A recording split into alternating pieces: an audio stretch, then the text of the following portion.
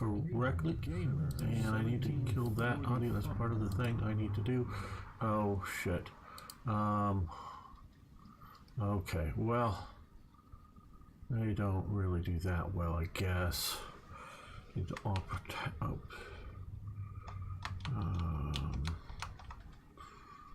Okay,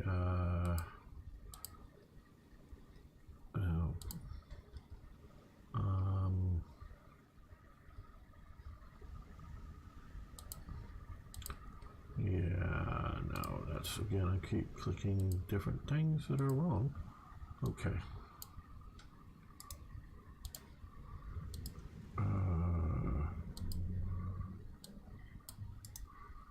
They don't have a preset. Good, okay. No, no, no, no. No, no, no, no, no. Boy, you think you get everything set up right, and you don't.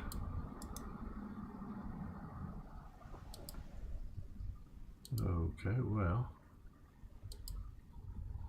there we go. Save. Said start streaming.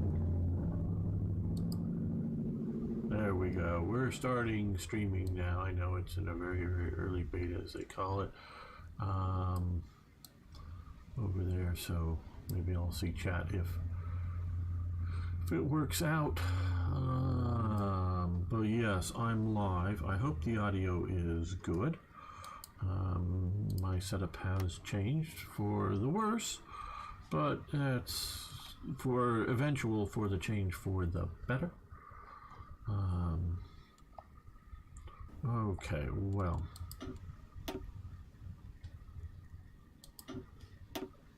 here, what these guys do? Okay, close air support. Well,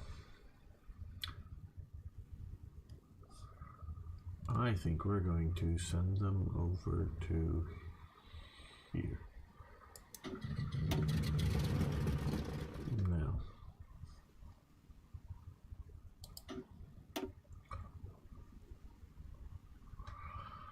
and hello, Ario111, how you doing? I'm doing great. Looking forward to some Hearts of Iron here.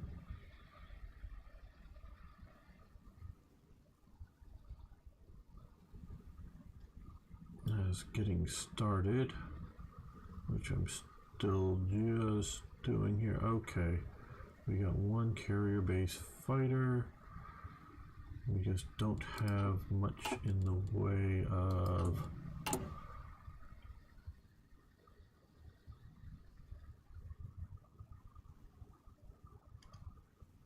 okay, we got some naval bombers. Yes, that's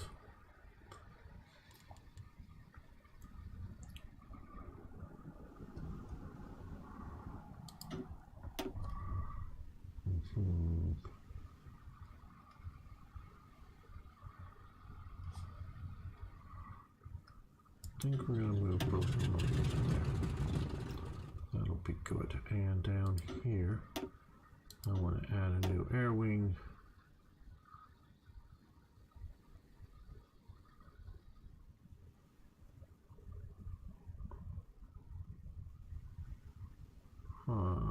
Which? Okay, it's the ship. Here we are. Okay, you're gonna come down there. The 21st Stormo. And then you're going to come down here, operate here, and as naval attack to try to win against the British down here with their very large fleets that are sinking my subs. Not good, but oh well. Now, let's see. We are getting ready for invasion over here. I guess that's a useless province. Or state, I should have to say. I hate the states.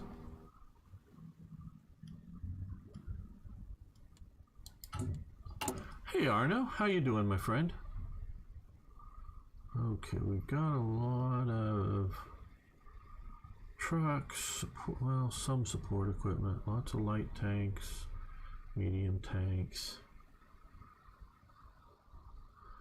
Maybe we, well, let's division, so there. Okay, we've got that.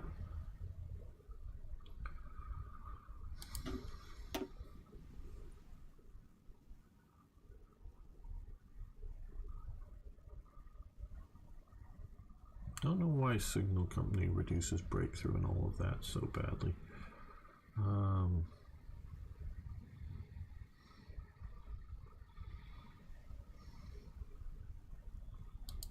We did that.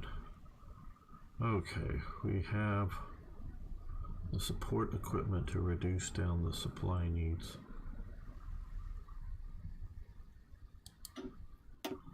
Division. And hello, Turnlow, how you doing? I'm doing very well. And also to answer, yes or no, I am doing very well. Okay, now, no, actually I didn't need to hit that. I know I hit it, but meant to hit the edit. Okay. This is what I think our basic in production division currently looks like. We've got support anti-tank armor reconnaissance. If we were to do that, yeah, lots more support equipment we need and we don't have, so we're not going to do that. Don't know that we have any anti-air that we could put in. Yeah, we have one anti-toad anti-air available. We need 1,000, so no.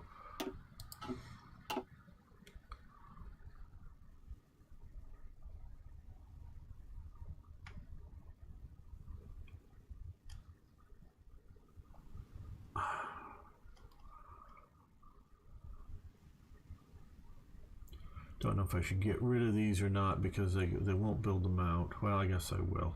Won't take that long to train them. Let's add a unit here for 2 of those. Yeah, let's set the location down here, down near Napoli. Has anybody ever been to Napoli that's here? Naples in English. Well, trying to figure out if you want to get Dwarf Fortress or Knights of Honor 2. Okay, I've heard of both of those, and my friend Ari is pushing me to get Knights of Honor 2 and do, you know, a series on it. I would happily do so, and I put up a poll. I don't know if you saw the poll on the YouTube channel on it. Maybe you even commented. I forget. A couple of people did.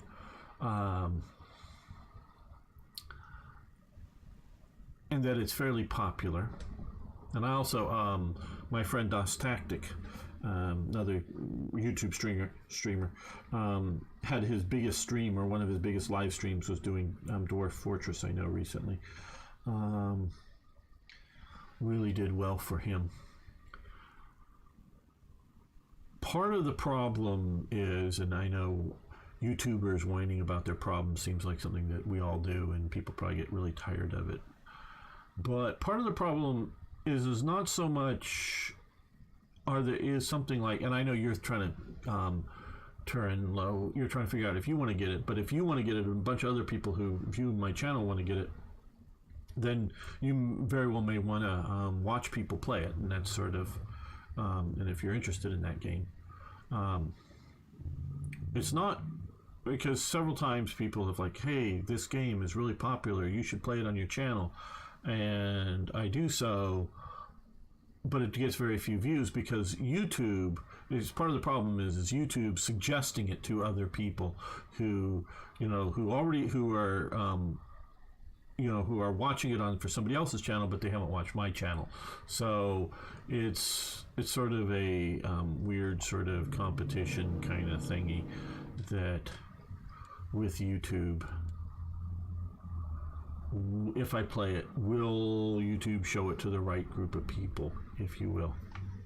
That I don't know. I know it's not that expensive to get and whatnot, and if I actually was going to play it for myself,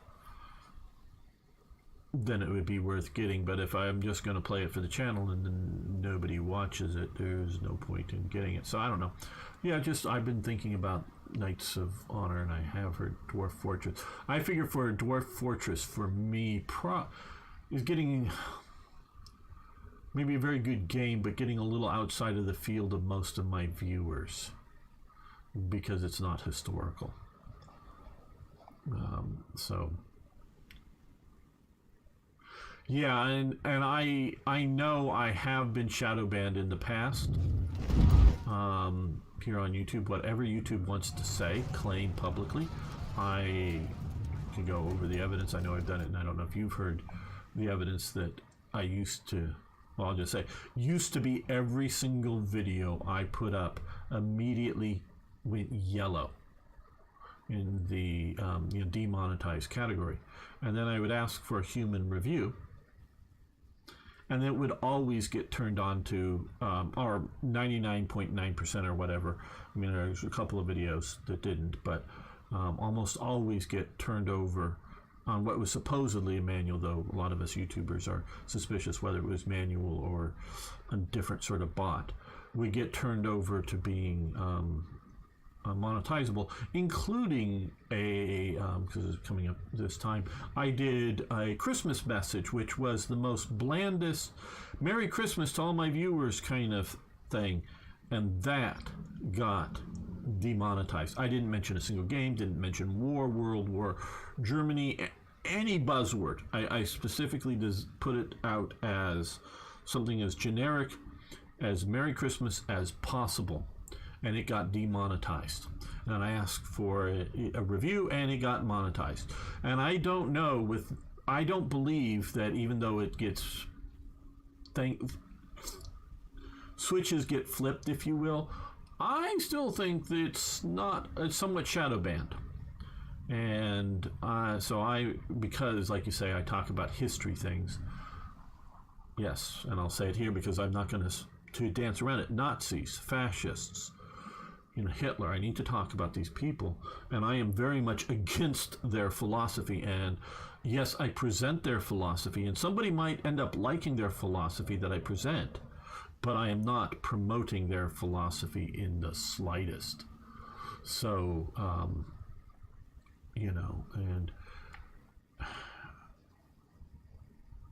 and so that's shadow ban, but there's also the idea, which is beyond shadow banning, is just the YouTube algorithm as it generally goes.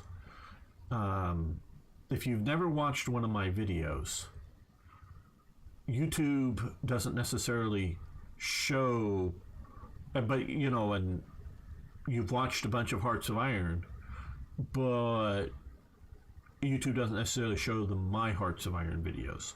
So it's getting out to a different audience. So if I now you're more likely, because if my Hearts of Iron videos say right now my viewership is way down, and we've talked about it with some of my friends, and there's several reasons we think for it, but beyond just shadow banning, countries that I'm playing and whatnot, but at least those videos have a cushion of, after a few days, a week or so, 100+ views mostly. Used to be about 250 to 350 views, but now they're way down. And so, at least they have that level of views that then get it maybe put out to other things. But if I come out with something like Dwarf Fortress, well, YouTube won't necessarily recommend it to, say, somebody like you, if you haven't watched a video somewhere else of Dwarf Fortress, if you've watched Dwarf Fortress somewhere else and you're a subscriber here, it might show it to you, as a recommended. But if all you've watched are Hearts of Iron content, it might not show you my Dwarf Fortress video, and you wouldn't know about it unless you go to my channel page and see what's new there and see the link to Dwarf Fortress. And so those whenever I do something like that, those videos, like I've done some Warhammer 40k and I put out there because of the Henry Cavill announcement yesterday. Those videos get very few views just because most of my viewers don't watch Warhammer 40k, so they just don't do well. So it's this weird sort of thing. So I want to branch out to more games, but it's sometimes hard. I know it's YouTubers complaining about YouTube kind of stuff, but okay. So we let's look at air for a moment.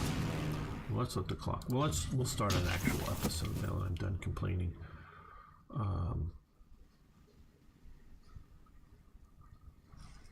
Right. Okay.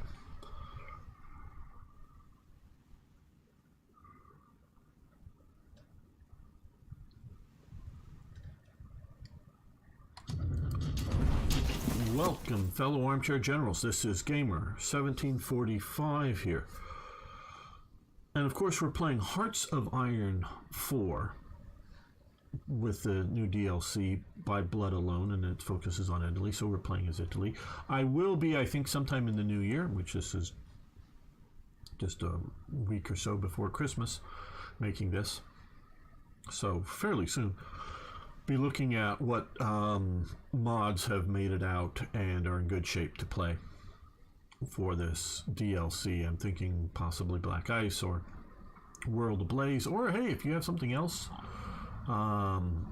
to recommend for mostly historical based type mod to play, love to hear it. So we're going to be looking at that. But I had a thought, and sort of as a hook for the live stream today, and I don't know how many people want to participate. And yes, I see. Oh, good. I see Arno has chatted over on kick.com, which I'm over there experimenting with that. Good. I see that chat over there. Got to remember to look at that half of the screen, just in case somebody else shows up there.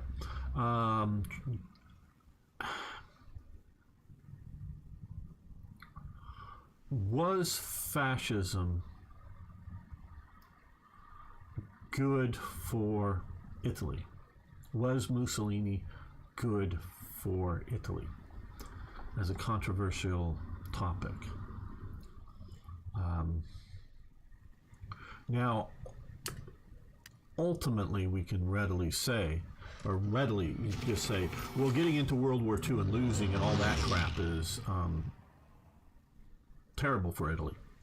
All the bomb damage, the soldiers killed, the civilians killed, and all of that. So yeah, that,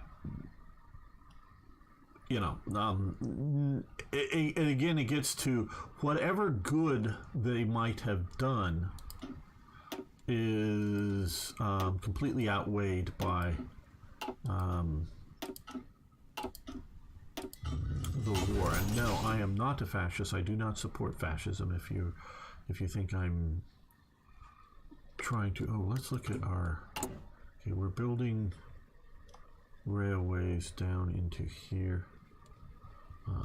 We can see this here. We're building, the supply are getting ready to go to war with Greece, so that we're not having to ship supplies across the sea, which belongs, of course, like all the world's oceans back then, to Britain. All right. Well, let's look at our current needs. We are down on fighters. You're going to have to lock your version for mod usage, since they are operating things which was done like 2 version update in the last month. Yeah, I know. I know I may have to revert back. I was talking to, right on the tip of my tongue, I'm missing it. The creator, it was a few weeks ago, the creator of, or the lead developer for World Ablaze mod, and, you know, that he is working with not the sort of most recent, the sort of brief update, but the with the Blood Alone main free update. You're working with that to get everything up to speed there.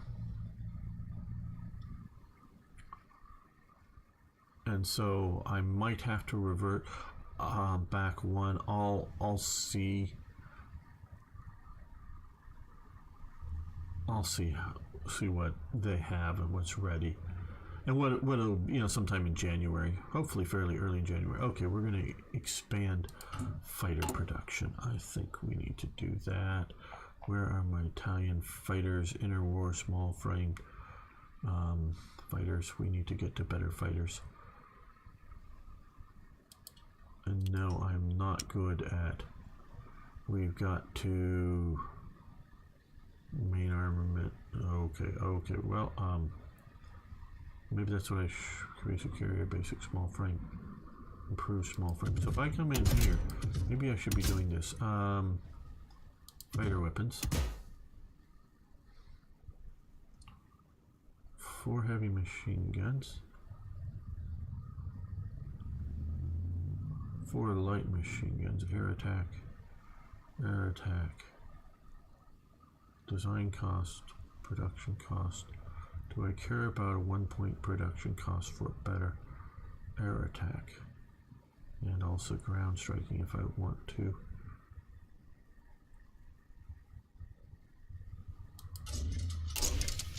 Okay, we're gonna save that.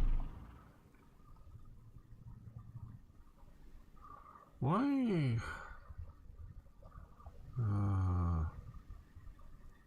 Oh well, why don't they use this? Maybe it's a bug. Okay, so what we're gonna do is we're getting 1 a day. We're going to go to improve Fulgore lightning, I believe in English, and we're going to from not seeing the wrench symbol here. Well, we'll go over to this, which will be a big hit to the production ability, but hopefully we'll get it up there.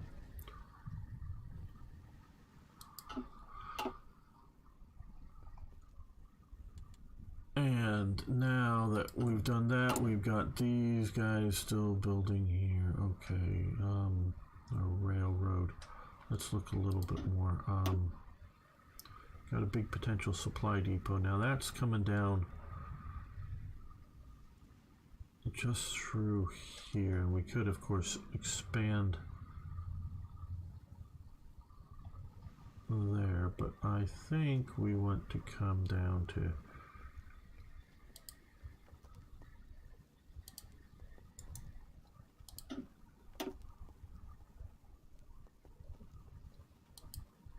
there we go. That way we can come down along the coast through our controlled air territory and get railway there.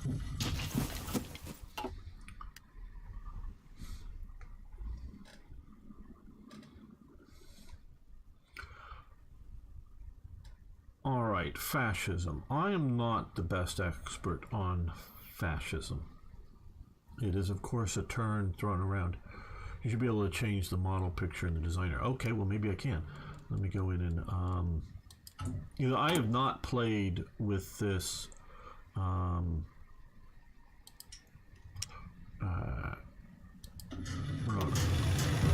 that, this any more than I have for the live stream. Here, okay, well, let's go for that. There we go. Save. Okay, now when I come here. Yeah, okay, that looks sort of like what I'm expecting a period. Thanks. Thank you, Turin. Hello?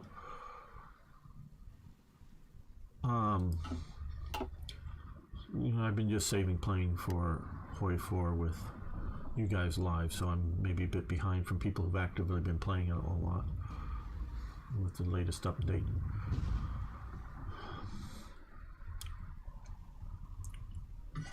And so people throw around the term fascist a lot. You know, they call people like Franco a fascist. He wasn't. They call people like Hitler a fascist. He wasn't. They both have different ideologies from each other. Neither of them are fascist. If you want to throw around the term like authoritarian, Franco was definitely an authoritarian. I'm not in any way trying to suggest some sort of liberal or, you know, liberal democratic type viewpoint there. It isn't like, oh, when I say he's not a fascist, Franco. And you know, people, if you look at Soviet propaganda in the 70s and 80s, they call like America fascist. You know, if you use the term too, you know, liberally too everywhere, it loses its meaning entirely. So it's that kind of thing that I worry about doing. Okay, let's get these guys down here. Let's look at supply, because I'm going to keep talking, but I'm also going to try to keep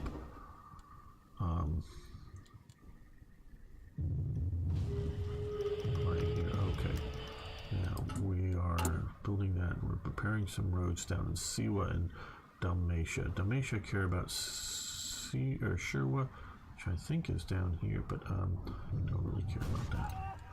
Maybe Shirwa somewhere else, who knows. Okay, well, we've got basic level, you know, railroads down through here, which of course aren't very much, but it's something. Question is, should I build in bigger, heavier? Now they need to go to a supply depot, which we have a few around. That's fairly big, and it should be keeping these guys reasonably well fed.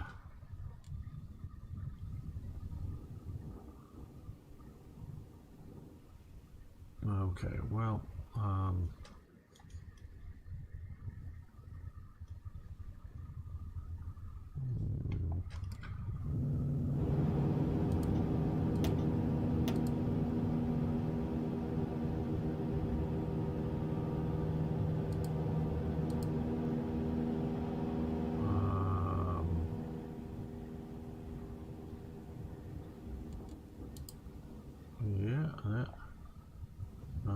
no, that didn't work out right. Let's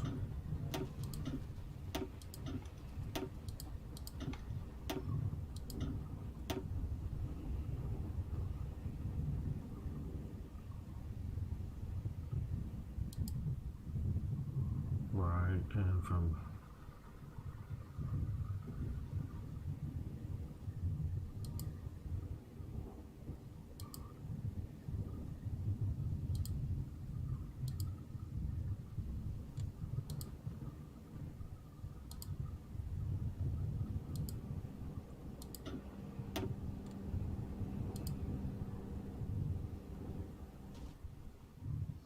there we go.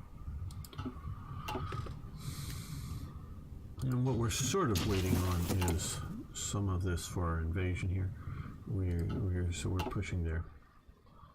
We're not going to push too early on into Greece.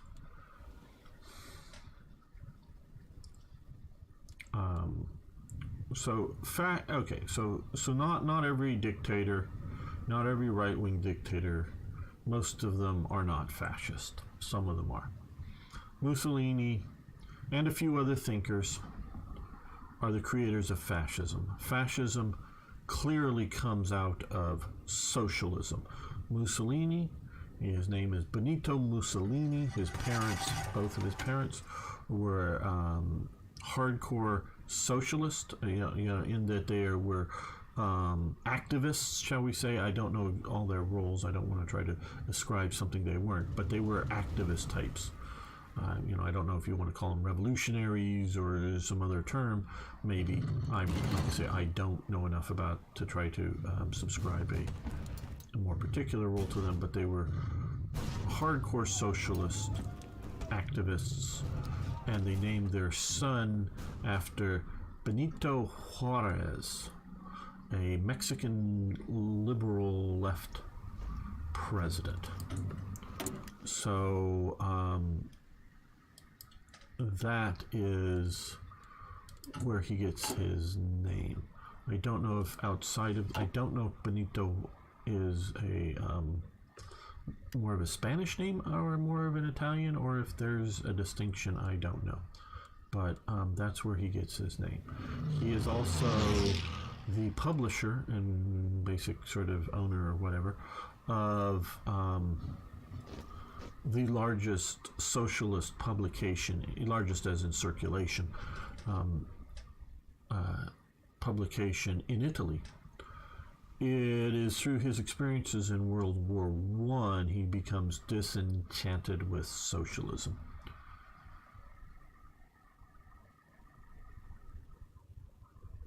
The left and socialists hate to hear this. They hate fascism for various reasons, and they hate the idea that they're... Uh-oh, we're being invaded down here. Okay, well, so far, so good. Let's move you down and march you down in action.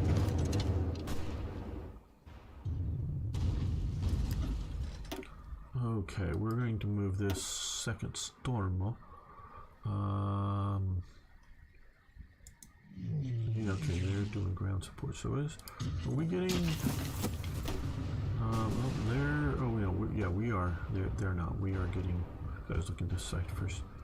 We are getting air support.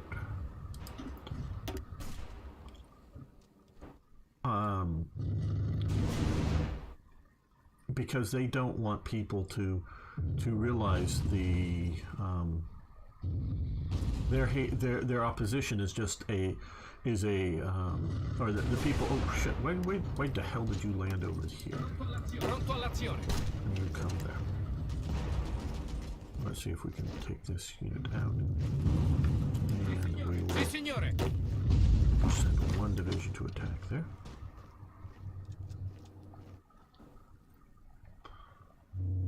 And they don't like the idea that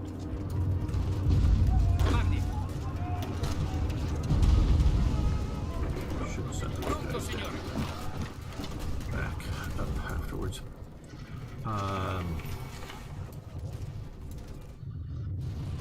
They hate apostates. They hate, and it goes, Stalin, during this time period, up until the end of World War II, got, from the 1920s, when Stalin gets into power, until, about 1939 or something, Stalin gets control by any means necessary. And when you hear various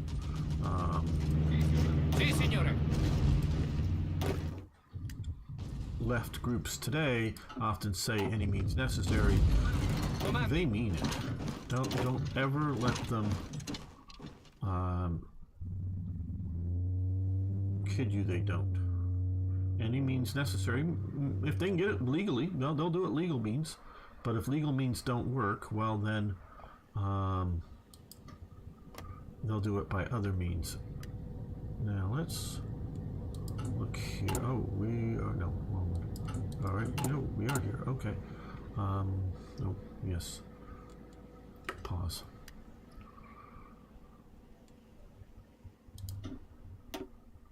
Okay, we have a pretty good supply hub there, but a rail network coming down through here.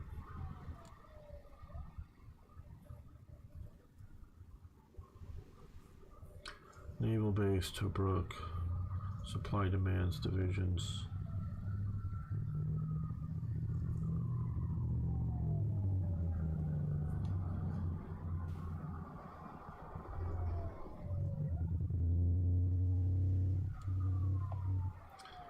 just in case if we ever lose Tobruk, let's build a supply. Oh, no way. I think I clicked. Was I still not there? There. That's what I wanted to do. Build a supply hub back there.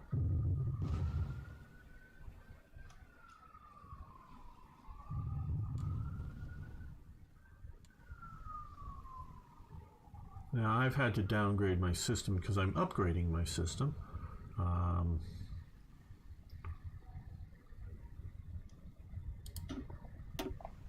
And I've taken out my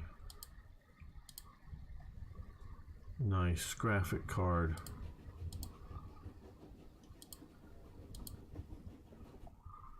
So you may be hearing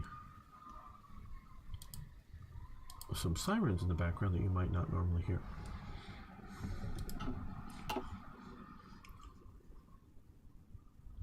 And Stalin gets control of all communist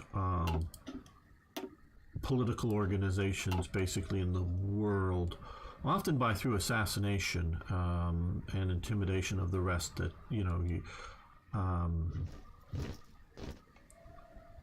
don't get to be a Trotskyite. You don't get to be anything else, all except for one, and that would be the Maoist organization in China. And as far as I know, that is a correct statement. I may be incorrect about it, but like I say, as far as I know, that is a correct statement. I'm mostly just ignoring this down here, but just checking this out. They've got a source of supply here. Well, they had one while they had Addis Ababa. They just lost Addis Ababa, so they probably no longer have a source of supply down here. So these guys are maybe doing that, or maybe getting a little bit of supply there. But they maintained Addis Ababa. They could have maintained out here, but these are, if we can look here, mostly. These are, junk templates of one sort or another.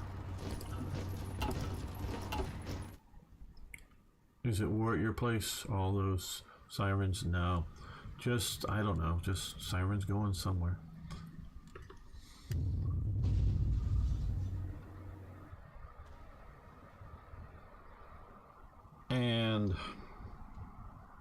But Stalin was not trying to go after, say, Russia, or not as strongly going after Russian Tsarist exile organizations. He was afraid of communist organizations that weren't, whether they were Russian backed or others, whether they weren't, if they weren't in line with his philosophy and more or less under his control. The Tsarists he might see them as something of a danger. I'm not suggesting he didn't. I'm just stating that his big danger was, as he saw it,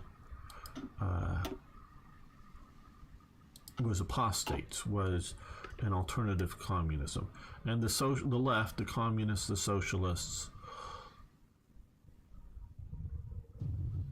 They both sort of, to some degree or another, rub along with each other.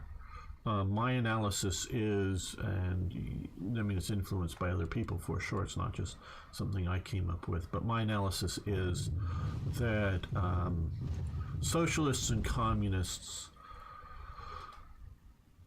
believe in the same basic end result. It's just socialists are gradualists and want to get there over years or possibly generations. Communists are revolutionaries. Do it now. No reason to wait a year, a month, any other amount of time. So it is just at the speed, shall we say, to achieve a communism. Okay, Western Balkans. We want to move you over Greece, though you won't go over Greece until you are in war. Now up here we have these fighters.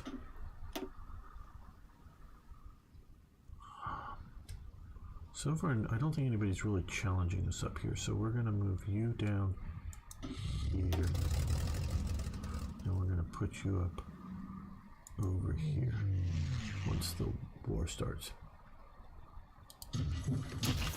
So this is,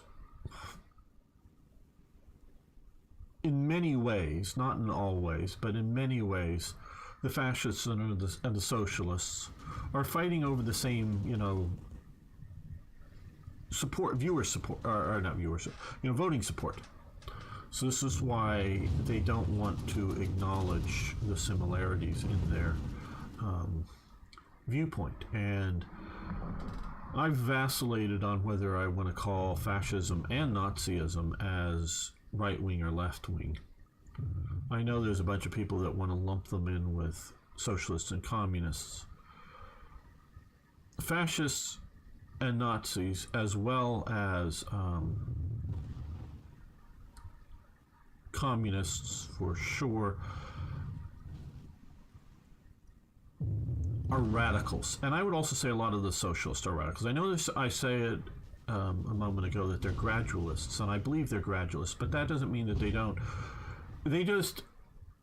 They're communists with some moral sense, some moral ability to understand that you shouldn't kill millions of people to achieve your goal, kind of thing. Meaning we got to do it slowly over time. We'll get there.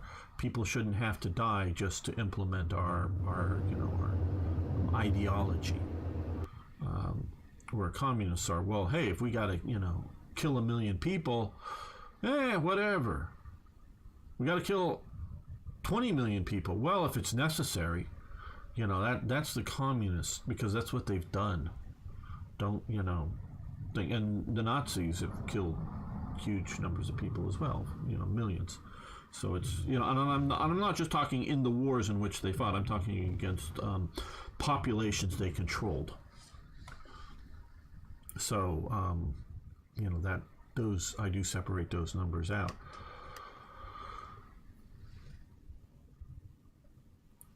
So yeah, fascism comes out of socialism, but fascism is different from socialism in several ways, or the general tone. It is so it might be considered not conservative, but right-wingism. It might be. Fascism is a type of socialism. I would say that clearly. But fascism is a hierarchical society viewpoint, not a leveling. Meaning they're not trying to make everybody equal in... we're losing these guys pretty soon. Trying to make everybody equal in fascist Italy or somewhere else. But they're trying to make... we got a ally in Romania now. Cool. Joins the Axis. Well, cool. We've got more allies. They are doing huge social welfare and huge collectivism elements within fascism. So, because Mussolini, like I say, and I'm going a little back here a bit, gets disenchanted with the socialists for several reasons. And again, I'm not an expert, but I'm just sort of drawing a broad brush pictures here. One, with World War I, he changes from being an internationalist, meaning a communist or a socialist believes that people are people and national identities are in essence evil. You can look at George Bernard Shaw, who was a very highly evil man, highly regarded by socialists today. So, and you can find him highly regarded by the Fabian Society, in which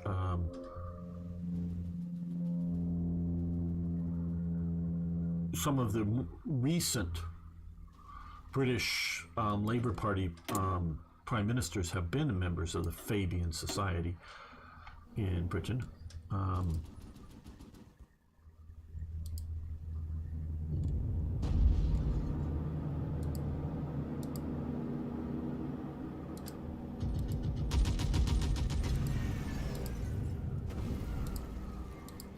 So it's not, I'm not talking about some obscure group.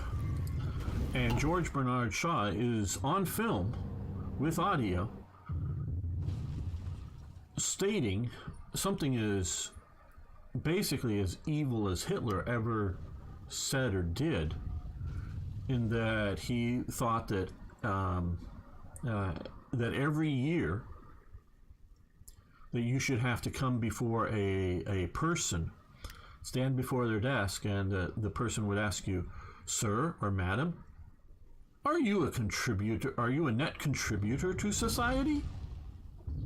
And these are I'm almost quoting him here. And if the answer is yes, well then go have a nice day. If the answer is no, there's your death chamber. He was a believer in extermination camps, extermination groups for people that were a burden on society. So, he was a Fabian socialist. Fabian socialist. Their logo used to be, I know they've changed it to like a rose or something, but used to be a wolf in sheep's clothing, in a fake sheepskin thing. So when I say communists and socialists are in essence the same thing, and I'm, whether I'm upsetting anybody here live or, okay, that's what we've been waiting for that to happen, or watching later on YouTube, well, too bad, because I'm looking at, and whether you think in these terms or not, this is who you are supporting by being a socialist. Okay, so here's what we want to do here. 35 days war with Greece. That's why we were doing Italian irredentism.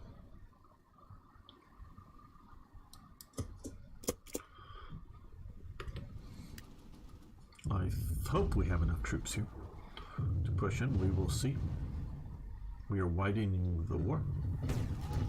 Germany keeps attacking here. No, I don't support the attack, just I haven't been getting ready for Greece. We're going to take out Greece, and then we'll see what we can do. Maybe I don't know if we'll ever get Rhodes back or do other naval invasions. We will see. That's where we're heading. So yes, when I see people that try to hide, and George Bernard Shaw was one of the people that was very, very anti-nationalism, or nationalistic, meaning he wanting to get rid of national identities and nation states. Where is there a large movement to get rid of nation states? Whereabouts do they want to, have a common market? No, common a union and get rid of nation states. Oh, EU. So, yeah. And so they want to get rid of nation states. World War I and nationalism, or patriotism, national identity, as well as with Mussolini, gets him out from being a socialist, as well as I think a realization that the idea that everyone should have equal pay, equal housing, either everyone has a car or no one has a car, or every student gets a piece of gum or no students get a piece of gum, that just really isn't.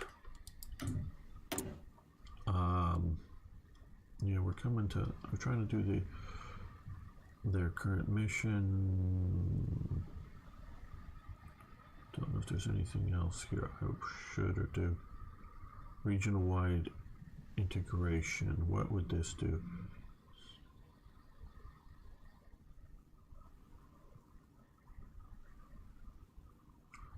Industrial land appropriation. No. Create collaboration with government, independent state of Croatia. No, we don't want to do that.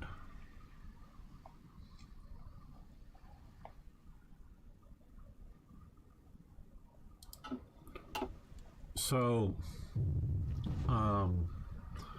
like I say, he realizes that trying to make everybody equal is not a positive element, or maybe it's not a practical element. So he gives up on that and he creates fascism. Mussolini and again a few other thinkers. I don't want to put it all into Mussolini's thought. I know he contributes considerably to it, to the thinking of it. It isn't just him glomming onto somebody else's ideology, but it is also not him alone either. So I want to keep that clear. So it's a mix.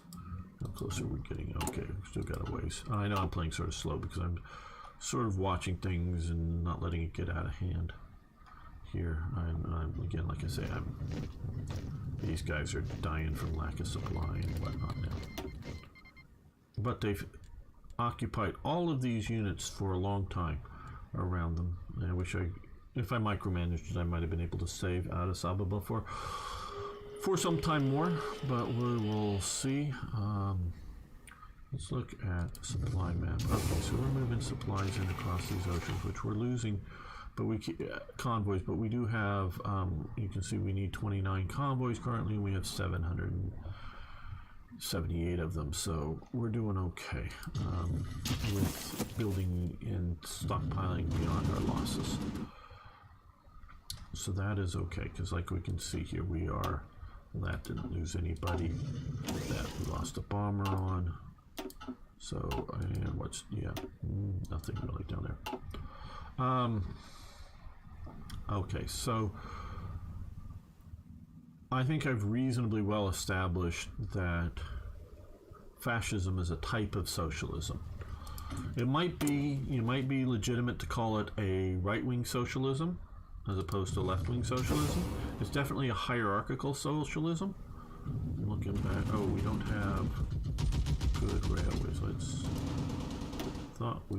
Maybe I just didn't click that right.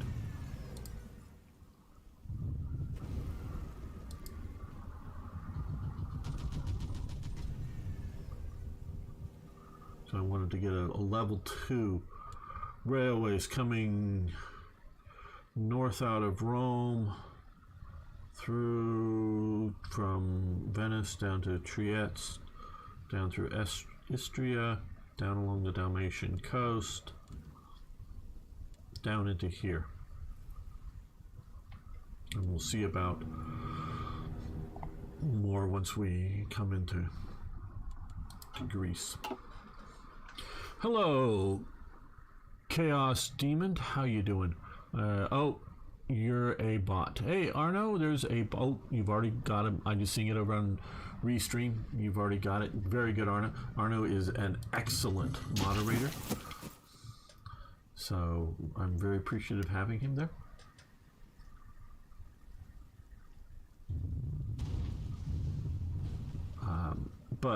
So I think I've demonstrated that clearly. Not that they believe the same thing, but they're both socialistic viewpoints. Fascism. Yes.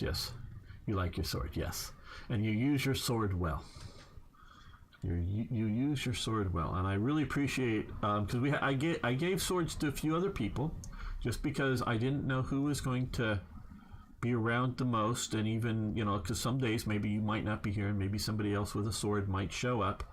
And I'm still willing to give swords to other people, but most of them don't use their swords because they're either not around enough or just not paying close enough attention. But Arno both has a sword and uses it well, appropriately. Mostly banning bots or warning people that are really getting out of hand. And so, I'm always, I don't want to flood the place with moderators, but I don't want Arno to be the only moderator or even the only active moderator. So, and he isn't on everywhere, but we will see about that. Are we getting any? Okay, we sunk a sub. Good. British sub. They sunk 3 of our convoys, 3 more of our convoys, 3 more of our convoys, 3 more of our convoys, 3 more of our okay, are we not clearing this out? Or are these dismiss? Okay, I want to make sure, because I don't know if we're just calling up the same battle over and over, or if those were consecutive battles there. I don't know. But I'm trying to control this with some of my air capabilities here. A couple of moderators is good. Yeah. Actually, yeah. Yes. No, you're absolutely right, Arno. Too many would be a crowd. And it all depends on the site number of viewers as well. I mean, quite honestly, it does. It does depend on that. Okay, well, let's look at the railways. I want to make sure we get all the way down to here, all the way along here, to make sure. I mean, I know we could more and more build up, but I wanted to at least do that so that we are carrying a modest amount of supplies via the rails as needed. Okay.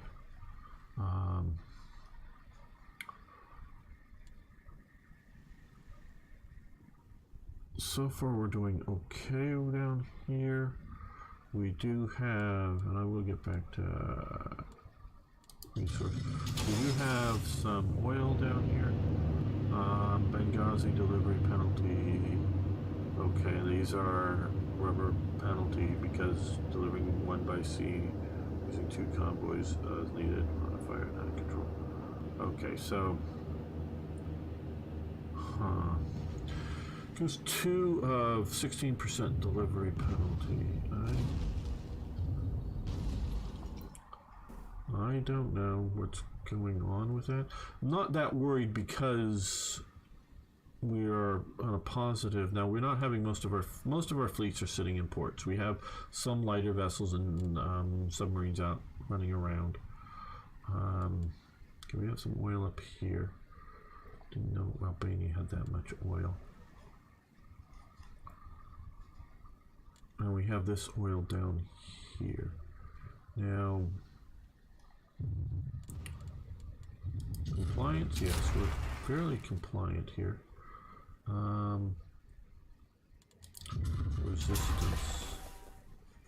Resistance is fairly low. I know it's foreign claim state owner. I don't know. So yeah, okay. I think we're okay. So let's get back to building some factories.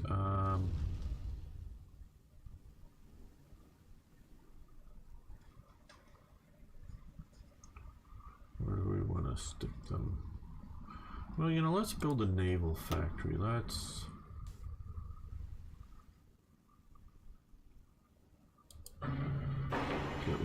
get a little bit more naval production going. I know I need more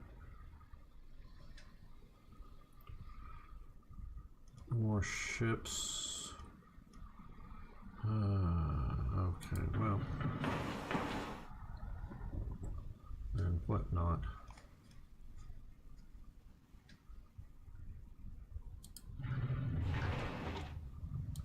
Get some of that going.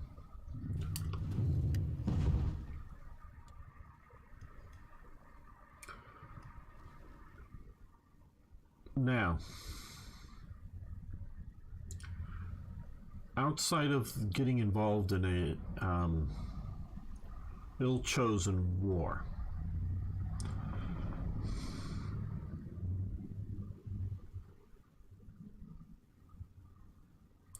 you know, because again, getting into World War II damages Italy, because, you know, is fascism, is Mussolini good for Italy or not? Sort of the question I posed for myself here. Heavy machine guns, cannons. like LMGs. Well, maybe we should.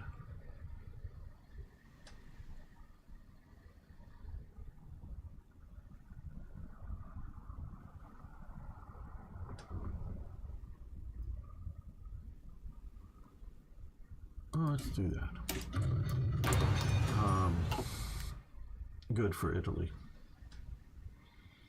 Now, for a non-fascist like me, because a fascist would believe it's good just because they support fascism. Hello, boring Leopold, how are you? I don't think you are very real. Well, welcome here. I think I'm real. I'm sitting here in California looking at a screen. I'm not a bot, but then of course a bot would say that. So, I don't know. So, you know, a fascist believes in the fascist ideology as basic. I do not. But I'm trying to look at its practical effects on Italy, again, outside of the war. You know, boring Leopold. I don't know if that meant that he dug under Leopold digs under the ground, or the non-exciting Leopold. But either way, cool. Good to have you here. So,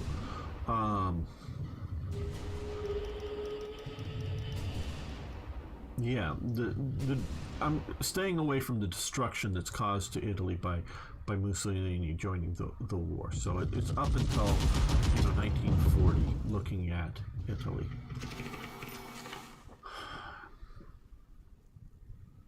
You have problems in Italy. Some of them are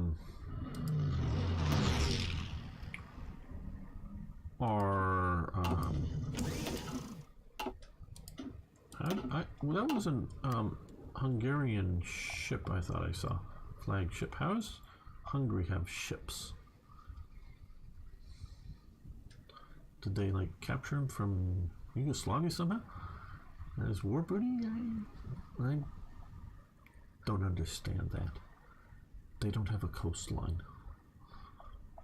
Technically, doesn't mean in real life they couldn't have ships. They very well might have, but that's another issue. Because Switzerland had ships during World War II. They, I don't know how many they had. I could maybe look. I have a book. I have a book I read 20 years ago, but I saw the book around here. Neutrals during World War II, and one of the nations I think it was mainly just three nations: Sweden, Switzerland, and I think Spain is what they looked at. But Switzerland did have ships, and you would expect Sweden, obviously, and Spain, because they've got coastline. But Switzerland did have ships, and what they had an agreement was that even after the war, once the war started, they either previously owned ships. Again, they don't have any ports, or they bought ships. But they bought ships. They painted big, huge Swiss flags and whatnot on the sides and the tops of them, and they told everybody well in advance, the different navies and whatnot, well in advance where they were going in their basic courses. Like we're going from point A to point B, and this is how we're going to. And they set up an agreement with the Western Allies as well as with the Axis that they would basically use Genoa or part of the Genoa port, and they gave money to Italy to do so. And any goods coming in would be offloaded on this special part of the port, and that there were trains that again had big red or white crosses on red fields painted on them, on the tops of them, and the trains would run a general route, probably basically this rail route, to Switzerland and back. And they wouldn't go in any other places, they just go here. And these supposedly, and I don't know that they ever were, they would be unchecked by the Italian forces, meaning they weren't going through Italian customs. So whether they were moving guns or butter or something else, Swiss chocolate, I don't know, the ingredients to make Swiss chocolate, because you don't grow it in Switzerland. But whatever it was, it would come into a special part of the port. They would put it in boxcars, and it would be sealed up, and it would just go up to Switzerland, get offloaded, and the trains would come back. So that throughout the war until the fighting never really reached Genoa. Mostly by the time it gets up here, Italy has collapsed, and the Americans, primarily British Commonwealth, were around. They were just mostly occupying northern Italy by that point, because the fighting was happening when there was active fighting, even fighting the Germans. It was down here mostly. So it was running through most of the war. So they did have commercial shipping and official ways of getting stuff out, in and out, during the war. And both sides could, to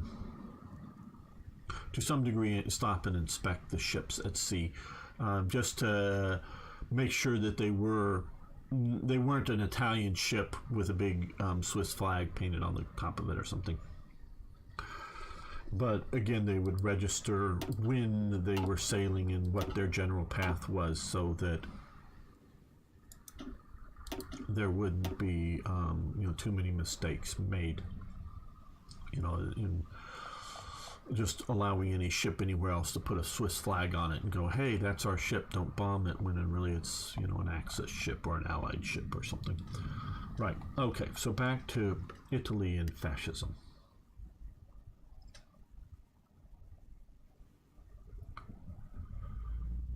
In early 1920s, I would call Italy to be a at best, I would consider it to be a mid-19th century country. Yes, they have some modern industrialization. Have they not fully snuffed all these guys out yet? Non fermatevi!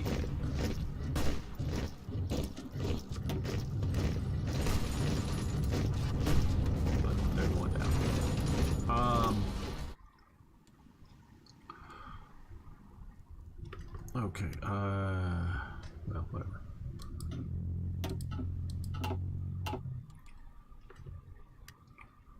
Italy, in the mid-19th century, gets its unification wars, mid to early-ish, sort of right around in there. I'm not exactly sure the date, but in the 19th century, the unification wars, Giuseppe Garibaldi is the main pursuer of Italian unification. One of the main opponents, two I would call main opponents. One was the church, because of the papal states, and the other was the Austrians, the other big opponent. I'm sure there were others, of course. They fought. Right. Okay. Well, we're going to deal with military cooperation, their doctrine, which grants land doctrine 5%. Nice. Request control of French territories. I think we're going to leave that off for the moment. We're not going to do that at the moment. We may look at that support. No. Albanian oil, which we did get. Okay, that's why we have oil there. That's useful. New Emperor of Ethiopia. Well, that's gone. That would have been good a while ago, but we completed that. Oh man, we got to be looking at the green one. Different mods use different colors. Okay. So 70 days. Lion Tamer. Party popularity, stability, modifier, surrender, limit damage to garrisons minus. Okay. Yeah, those are basically developed line. Yeah, requires triumph in Africa. Yeah. Super Marina. Ship recovery rate.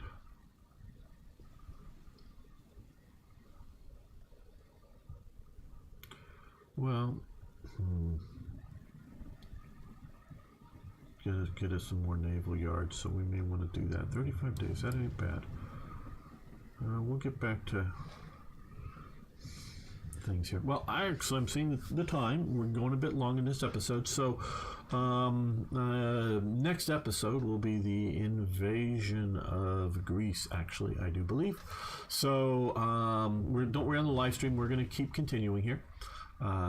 But for those watching later on YouTube, thank you so much. I want to thank Tim, Strongarm, Niagro, Timothy, Sir Toy Jet, and Gary for support on Patreon. But what I really just ask all of you to do is lick the like button. It's tasty. It's nice. Do that. If you're new here, hit the subscribe or follow button. And it's really helpful if you post a comment, even just saying hi gamer. I wish more people would do that. Let me know who's viewing and that kind of thing, even if you're not fully watching the video, though by this point you are. So I would love it if you would do those for me. Thank you so much. See you next time for more Hearts of Iron. I'm going to make a save here and we're going to continue. Don't worry, everyone here.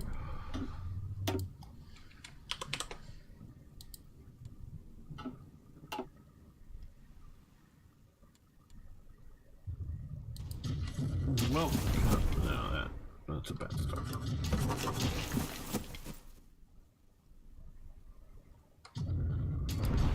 Welcome back, fellow armchair generals. This is Gamer 1745 here, and we are getting ready to invade Greece momentarily. We got a few things to do before, and again, I'm mentioning that. I want to thank Tim, Strongarm, Niagro, Timothy, Sir Toy Jet, and Gary for support over on Patreon. But everybody else, what I really ask you guys you can do is if you can just lick the like button. That really helps. If you could, if you're new around here, smash the subscribe button. If it's red, just smash it. Smash the reds.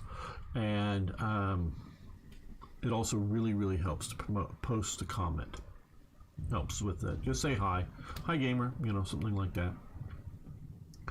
And maybe post your favorite country to play in Hearts of Iron.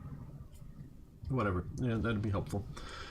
That's what I ask you guys to do, that hopefully I'm entertaining enough that you would follow through with that. So thank you all that would do that. Right, we're getting ready to invade Italy. But first we're looking at, because if we do this, 70 days. Standardization, specialization, get some more military factories, 35 days, cavalry attack, we have very little cavalry left.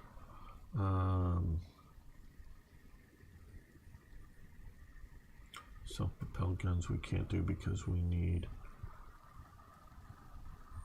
army leaders, leadership experience game. 70 days, 35 days.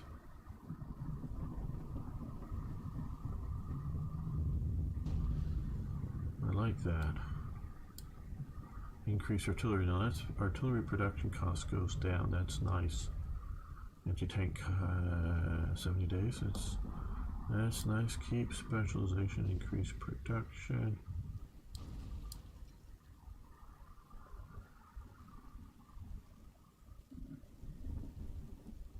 Okay, that's just the problem with that is it's only 730 days. I know it's a couple of years, but still.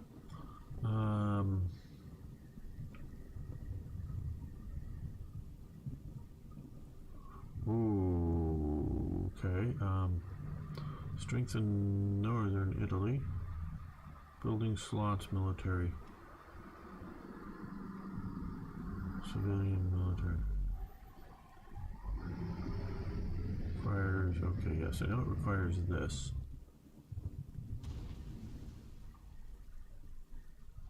Sicily, Campania, Sardinia, naval bases, but these are okay. Let's look at factories. 2 civilian, 1 military, and the naval dockyard. We're here. Mostly bases and infrastructure.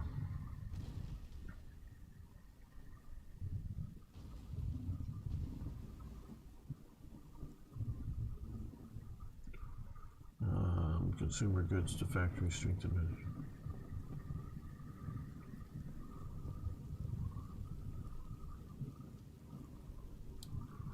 Okay, well, we'll do this for 35 days. Right.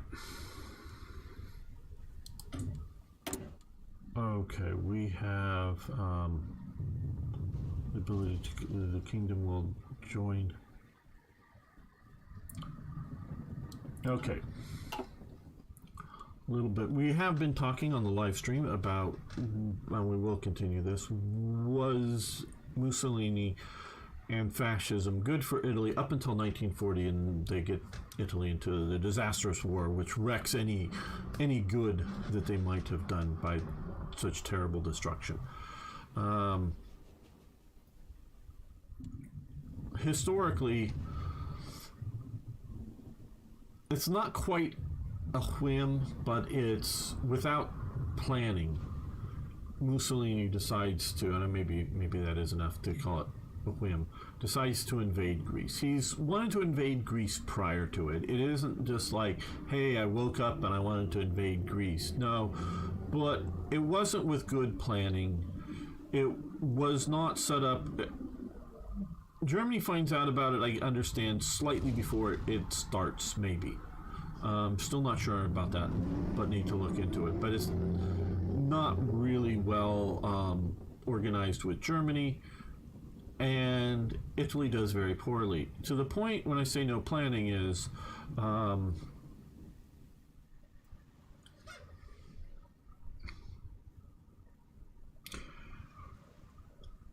this is one thing we are talking about, Italy, and was fascism good? Farming for most of Europe, I'm trying to do this, and in the U.S., but at this time, was still labor intensive, still needed manpower. And I'm using manpower specifically, not just person power. Manpower is a critical element to it. Whenever we see, particularly I know more about it in Britain, but also in Germany, whenever you see women getting out onto the farm, work, and also the forestry work, cutting down trees, because warfare needs lots and lots of trees, wood. Not, I mean, they do burn junk wood that's not good for anything else as fuel for things, but rifle stocks need rather good quality wood, to the point that Japan does not have a source of wood that's good for rifle stocks. So all of the Arisaka rifles are made with two pieces of wood glued together, because they're sourcing out, whether in Japan or Manchuria or wherever, Korea, none of the wood that they have of any scale, meaning, you gotta understand, you gotta make hundreds of thousands of these rifle stocks, not just, oh, we got 50 trees over there that might be perfect, but the idea of having forests full of them. They did not have them. They would not work. The wood just was not the right type of wood. So you can clearly see in the wood stocks where two pieces of wood are glued together to be able to make it strong enough and effective enough. They just don't. I mean, so it's, and even then it's still iffy. Thank you, Arno.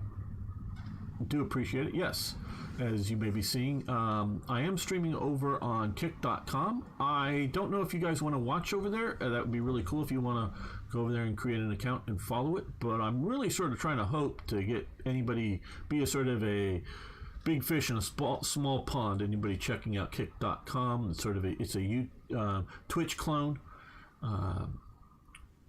But trying to see, get noticed over there, and maybe they'll come and follow and subscribe and come up to other sources. We'll see how that goes, but thank you, Arno. So you need a tremendous amount of wood, like the mosquito fighter in Britain was made out of wood. Lots of wood is being used all the time industrially for molds, for things. Need huge amounts of wood. Well, it's probably like they need 5 women to do, forestry work, which is cutting down trees and getting trees out of the forest. 5 women to do 2 man's worth of jobs because of the lack of upper body strength for women. And this is just a fact. I know people want to say everybody's the same. They're not. Sorry, they're not. And on the farm, it might not quite be that bad. It may be more like you need, because there is not everything is heavy work as cutting down trees. It might be needing 3 women for what would have been 2 men, kind of thing. So, and even then, yeah, you really got to sort of cooperate. And sometimes they need 3 women to do a single man's lifting and moving of something at times, just because of getting hold onto it and moving it around. It just isn't quite as capable. So you need a lot of manpower for farming. Modern day American farming, it is so industrialized now that they even do a lot of fruit picking with machines, basically shaking, but in where they are not doing it with machines, in America at least, and I think this is in many Western European countries as well, they're doing, shall we say, tedious work that, picking something or whatever, that may not be able to be mechanically picked yet. But it's able to do it without needing to heavy lift any one particular thing. So it's highly industrialized. It ain't yet in places like, yet in 1941, in places like Italy. It is more so in Britain, more so in Germany, but still not enough there at all. And because you've created large standing armies, and you have a tradition going back, as far as I know, into the past, of having dedicated soldiers, meaning their only job is to be a soldier, Roman legionaries, if you will. I'm specifically talking about them as well as other things. Now you get into the feudal system, in which a lot of the people outside of knights or whatever, a lot of the soldiery are secondarily soldiers, primarily like farm workers that are trained to use the longbow. When they're not farming, they're shooting their longbow. So they are a professional soldier, and that they are a well-trained, not a hastily trained, a well-trained soldier. But their normal day job, year in, year out, is being a farmer or some other agricultural type.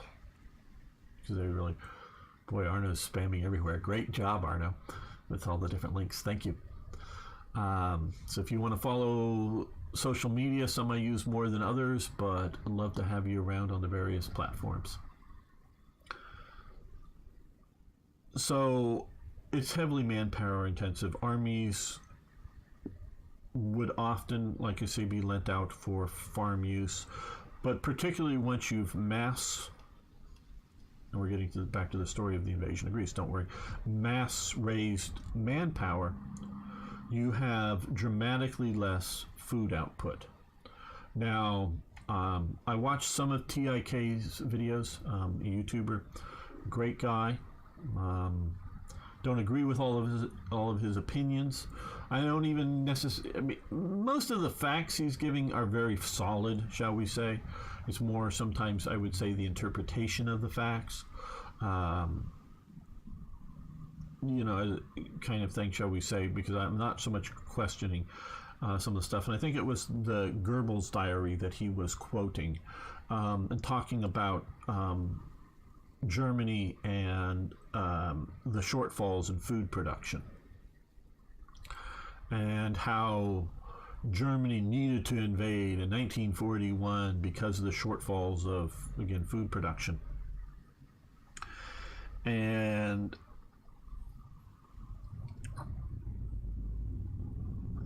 he's taking this as, and he's absolutely correct that these are facts in the sense that they're what was written in Goebbels' diaries.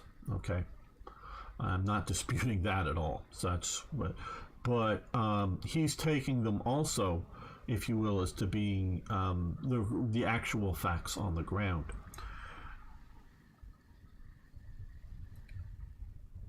I would take it as being, because I do know that they were increasing before the war starts, after the war starts, they're putting more and more land, both in Britain as well as in Germany, into agricultural production. They were taking land that was not agriculturally useful, not necessarily, and I think not primarily cutting down like forests, but just, land that wasn't growing anything. Sometimes it's maybe, the farmer's land has been taken away to grow or to not grow, but to do a railroad or a road or whatever. But then there's still a strip alongside of it that could be, because sometimes they take a fairly wide chunk of land and put the railroad on it. That could be turned into farmland. So sometimes it's marginal strip land, but sometimes it's just also, say, sides of hills that can be farmed. It's not as easy to farm. You don't even necessarily to the extent of terracing it, making it flat, as well as down in valleys in these areas that will be too wet to farm in, that need to, and you can go in and do drainage solutions so that the water drains away and doesn't stand in there, and the idea flowing off so that you can get the grow in areas, so that they're putting more and more, and also some of it just because I know this a bit more in Britain, but I think it's also the case in Germany, but I know it's the case in Britain. Food imports from the British colonies for things like wheat prior to the outbreak of World War II was cheaper to bring it from, say, Canada or even out in Australia and bring it into Britain. So they were doing a lot of sort of high-end agriculture, primarily like beef, cows for milk, but steers for beef, because putting cattle on board ships and getting them across the Atlantic is a hard process to do, to keep them alive, to feed them while you're shipping them. And if you slaughter them before and try to get them across, you can, because you can salt meat. You can, beef, you can salt it down, but or can it or whatever. I mean, there's ways to do it.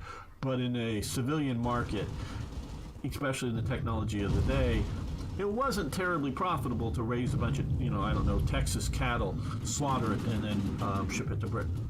It would be better just to grow your cattle in Britain. So a lot of the cheap imperial, from around the empire, they weren't bringing food too much. During World War I, they were bringing it from America, but I think they go back to looking at purely imperial. Because they didn't bring it from Canada or from Australia, because the manpower was going to the war, so they needed to use American manpower for growing the food during the war. After it, they wanted to give jobs back to Commonwealth people, so importing a lot of food into Britain of the bulk variety, the farmers just couldn't compete, so they didn't try. So, hey, Danny, Luke, how you doing? Grevna, yeah, good to have you back. So I know in Britain that there were a lot of farms that had farming potential, that the farmer it wasn't economically viable to do before the war starts. I do believe that is also to some degree a case in Germany, in which they are importing food, whether from the colonies or Eastern Europe or other things, especially after the war starts and before they go into the fight with the Soviet Union. Soviet Union shipping huge amounts of food in, but Soviet Union is also shipping in food at different times during the Weimar years. So there's a lot of that going on into Germany. And if you have cheaper food, it puts farmers out of work. And I know that there's a lot of a lot of problems around the various hyperinflation periods for Germany, including for the farming sector. I don't have a detailed lockdown, but I think it puts a lot of them off business, out of business, whatever you want to call it. So they don't necessarily produce a lot of food that they could be producing. And if you don't keep land in food production and you don't use it right, it takes a lot to get it back into productive capability. And I know that primarily being used, the Reichsarbeitsdienst, the RAD, that's the German labor service, was doing a lot of work, and it was mainly a male thing, though more and more eventually to the point that it becomes compulsory for young women to join this. Is that not so much that they're out there trying to grow food with the RAD, they are just to a degree, but what they're trying to do is have the RAD go out and get these fields or create fields for food production so that then regular farming could be used for this. Now, again, on the sort of TIK thing in Goebbels' diary, as Goebbels is going, hey, we have such food shortages, we're importing food from, Turkey and some of the Balkans places from their conquests, and barely keeping the people alive and trying to take any food that's over minimum requirements for, say, Poles or French or Danes or Dutch or whoever, any excess food, bring it to the Reich. They're definitely doing that. They have a huge standing army. And it's sort of like, if you have a hammer,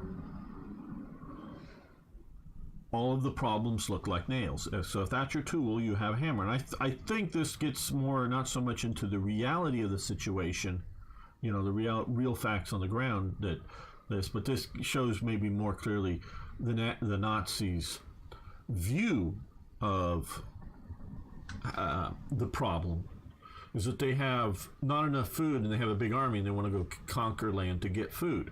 Instead of having the army go out and grow the food. Like I say, whether it's communist armies, Roman legionnaires, 18th century armies, a lot of times in Britain, even though the armies during peacetime were very small and the units were undermanned, they often during harvest or planting season, not like all year round, but during the sort of peak labor intensive times, a lot of those soldiers were one way or another, one reason or another, out doing farm labor. Often their colonel or battalion commander was getting paid to have their soldiers go do work, kind of thing. So it was going into somebody's pocket. But that very much was a thing. Well, that's what was going on at roughly about this time. Spring planting in Italy, because we're going to very close to, I don't know the exact historical dates for the invasion of Greece. A lot of the divisions that were sort of around here, a lot of them had a portion, let's just go with like 30% of their manpower wasn't with their military unit.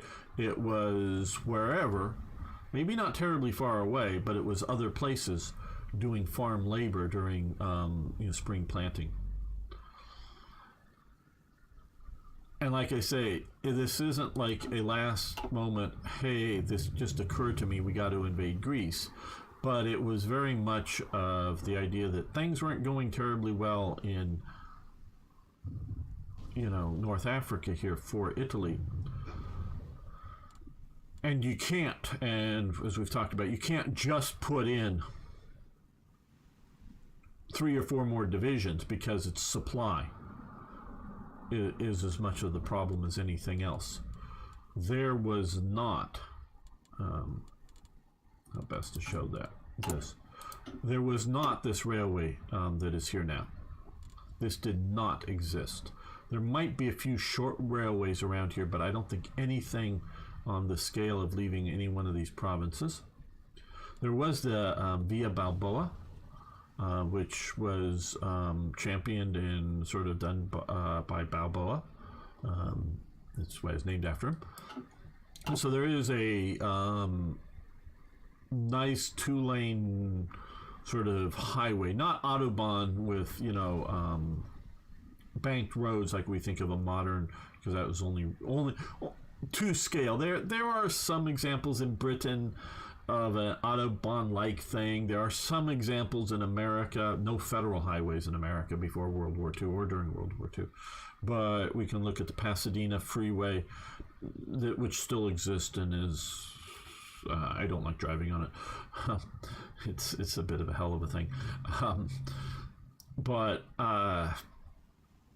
That did pre-exist World War II and is getting down the idea of an Autobahn, but these are mostly short.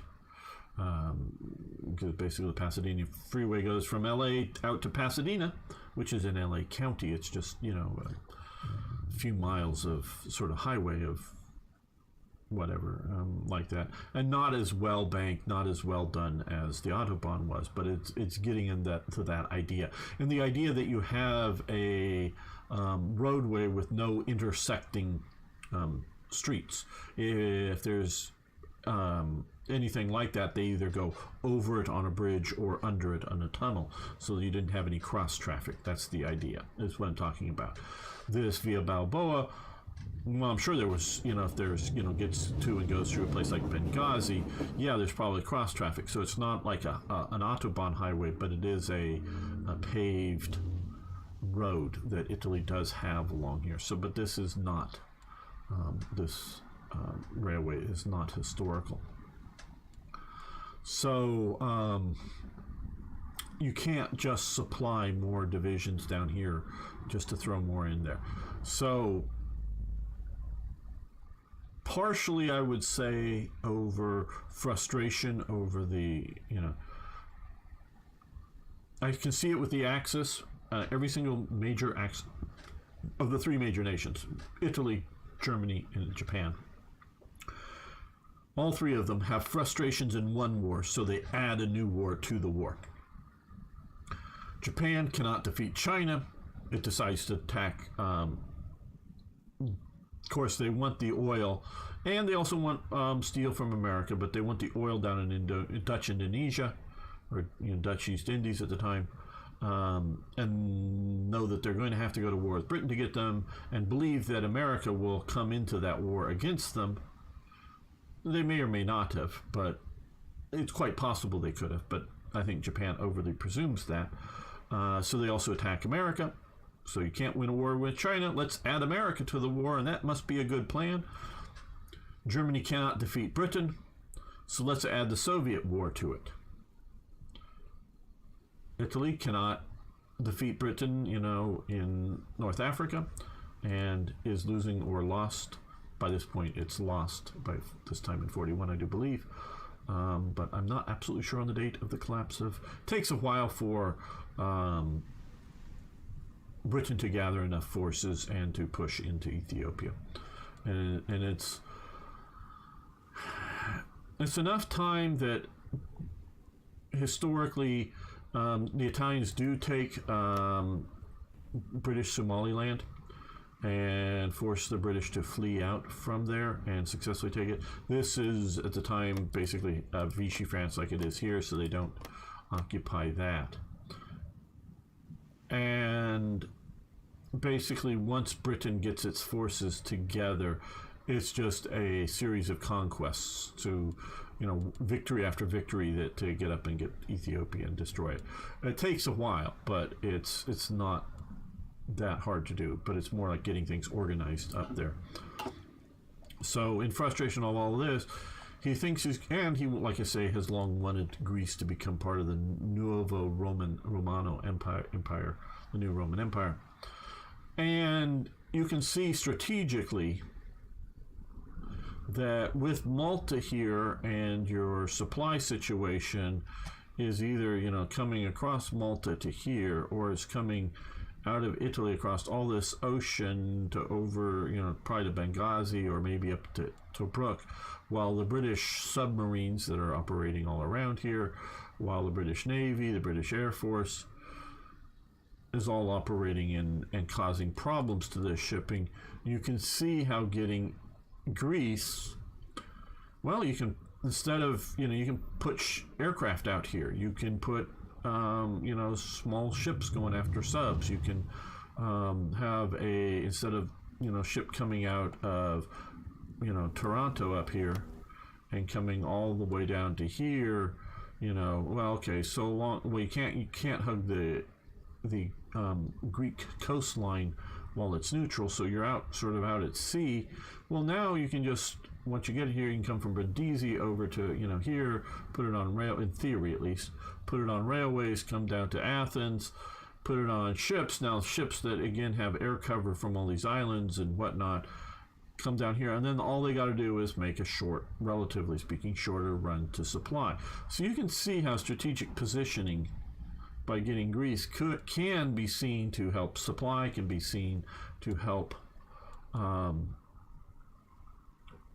in your war with the British. So it's not as crazy as, hey, we can't defeat Britain. We've tried to defeat it in the air and that's failed. We've tried to defeat it out at sea with submarines. That's failed. We've yet to try to, put all of our soldiers on barges and take them across because we think either it'll fail or it'll just be bloody costly. And so we have this problem. Well, let's see. Let's attack Russia.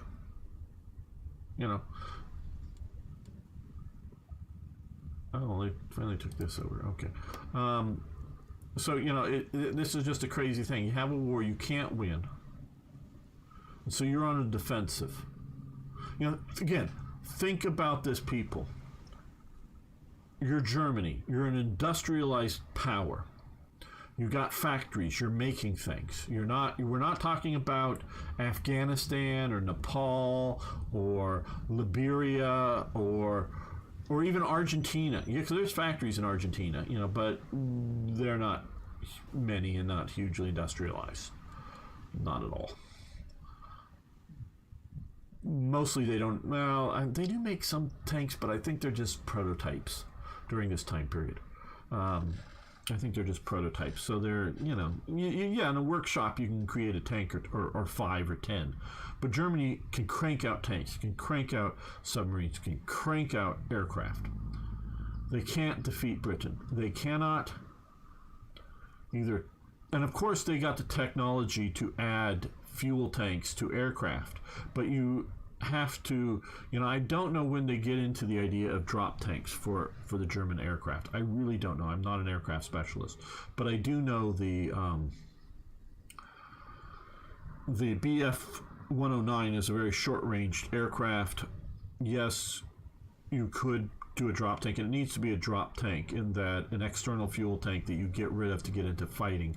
So it has super short time over London, that it can stay and fight. I mean, just like less than 5 or 10 minutes, and then it has to turn around and go home. Because if it's been flying for 5 or 10 minutes or some time like that over London at air war fuel usage, going hard at it, they're not going to be able to make it back to their air bases without crashing into the sea.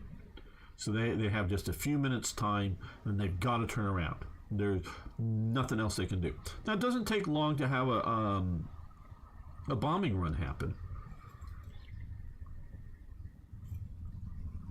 If you're not wandering around looking for your target, you're coming in on target, and you just fly over and you drop your bombs and you turn around and go back, whether daylight bombing or night bombing over London or some other base, air base or something, it doesn't take a long time. But what it does do, and so you can, maybe keep to some degree the enemy fighters off of your bombers, so they drop their bombs and go home, and then you've got to go home. But you can't stay and keep fighting the enemy. The enemy, it's a quick combat. You get to shoot down however many you can in that brief period of time, then you've got to go home. Even if you have ammo in your aircraft, and even though you've got a guy you're almost ready to go on, warning, warning, running out of fuel. So then you have to let that guy live and head back to Britain. So they cannot win. You know, so with a drop tank, if you got it, the aircraft can lift it, and you make a big drop tank. So, but I don't know why. I don't know why they don't do this, or maybe they do, and it's still that's only how good it is. I don't know. Again, I'm not an expert, because I know America, you know, eventually gets aircraft that can do a decent amount of fighting over Berlin, and then you know fighters can, you know, the Mustang and the Thunderbolt can get here and get all the way back. So Germany is not able to win the air war over Britain. And again, yes, Germany is a tactical air force, not a strategic air force. I understand that. But they can't even clear the skies over Britain enough that they feel comfortable enough in, man, there's a lot of fighting going on right here, as we can see here. They don't feel comfortable enough in doing a naval invasion across the way. And doing it at night is just going to be a hell of a problem. I know the Allies get across at night, and then dawn the Germans wake up. If you've seen, and you should see the Longest Day movie if you haven't seen the movie The Longest Day, you know. But that's America and Britain, supreme naval powers, understanding and controlling everything gets across. Germany, to try to do that at night, and the confusion that it would be, because presumably you're doing it at night because you don't want to have lots of lights everywhere, or you want to be hidden from air attack or ship attack, so you don't have lots of lights, everything turned on, so like, hey, you know, we can all see everybody, not run into each other. They would be running into each other. There would be navigation problems. The idea that all these barges that, you know, that are powered barges, but that would get across this channel, and they could, in reasonable conditions, get across the channel, no problem. To do that at night and to presume that they're going to be anywhere near the correct beaches once they get there, it's going to be confused as hell. They got to do it in the daylight.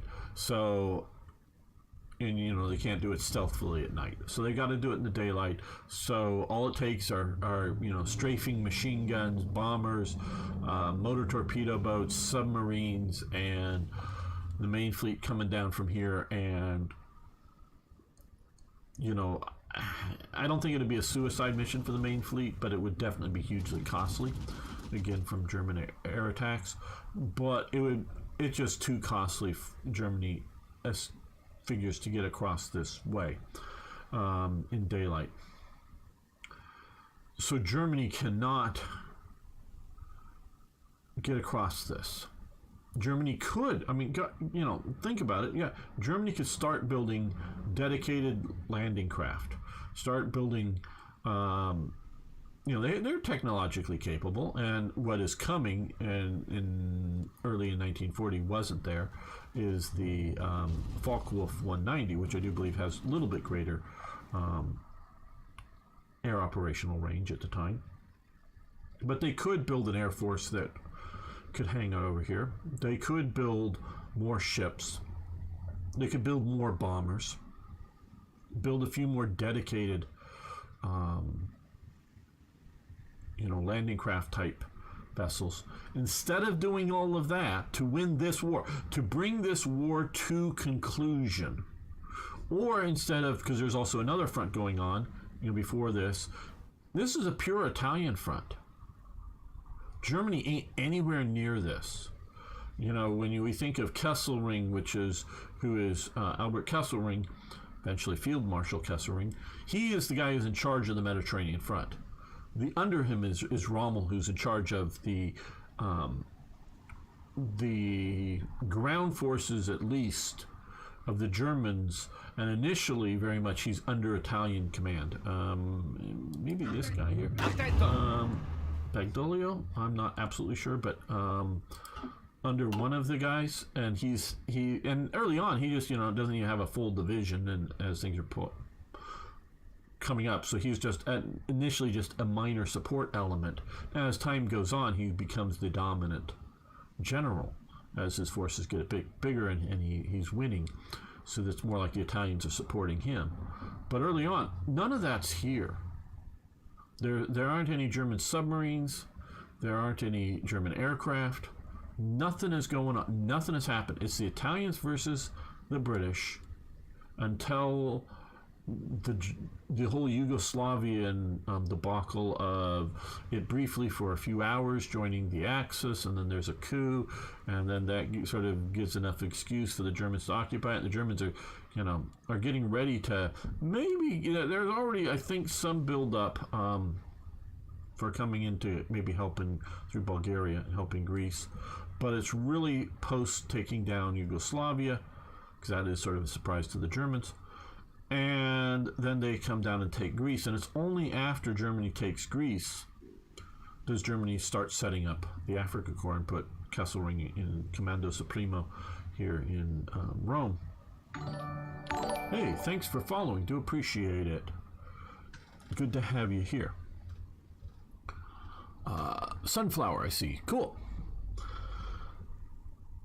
So, it's only that late into, and so that is basically, you're only getting the Africa Corps set up as Barbarossa is starting. Oh, you're Japanese. Well, for me, it would be Ohayo gozaimasu. For you, it would be, is it konbanwa? Is it evening there? Skoshi nihongo o hanashimasu. I took it for 3 years, many, many years ago, Japanese nihongo. Many years ago, back in high school, 20 plus years ago. So my Japanese is very bad, but good to have you here, Sunflower.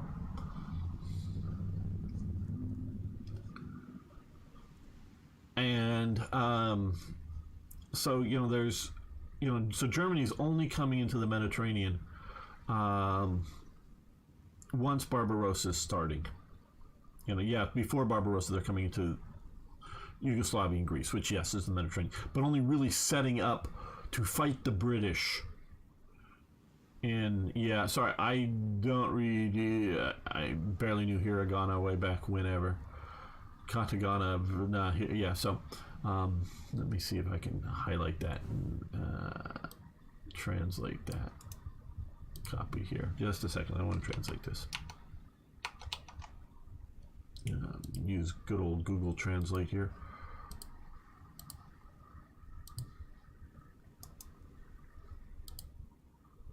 It's 3 o'clock in the evening. Okay, cool. So,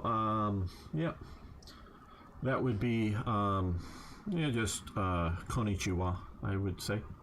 Is that a good evening? Yes. And you're starting to run out of my level of Japanese. So Germany does not, is not able to invade Britain, is not able to cut Britain off with the Navy, either with, the Bismarck out around, or the Graspe out, being commerce raiders, or without U-boats out there. They're not able to cut it off that way, and they don't come in with their big hammer, if you will.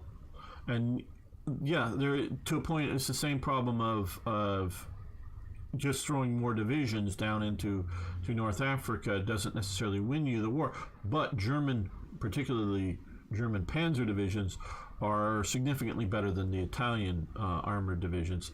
And as we see that once Rommel is down there, even Panzer Is are somewhat useful. Panzer IIs are a bit more useful, but Panzer IIIs and Panzer IVs are very useful. That had they been put in 1940, I don't know why the day after the armistice is signed, let alone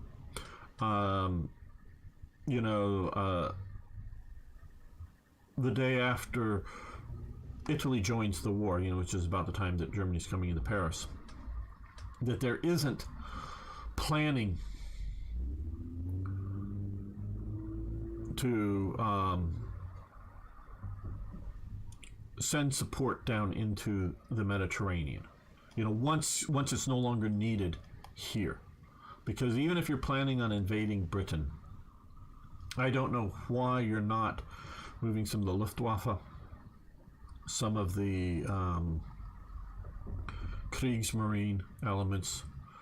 Some because you can get, it's difficult, but you can get submarines out through the Straits of Gibraltar during this time period. It's difficult, but it's possible. You can also build or assemble some subs here, but I get the subs. Maybe you want to at that time concentrate on Britain out there, maybe, but there's other uses. And the idea of moving because you got a bunch of panzer divisions.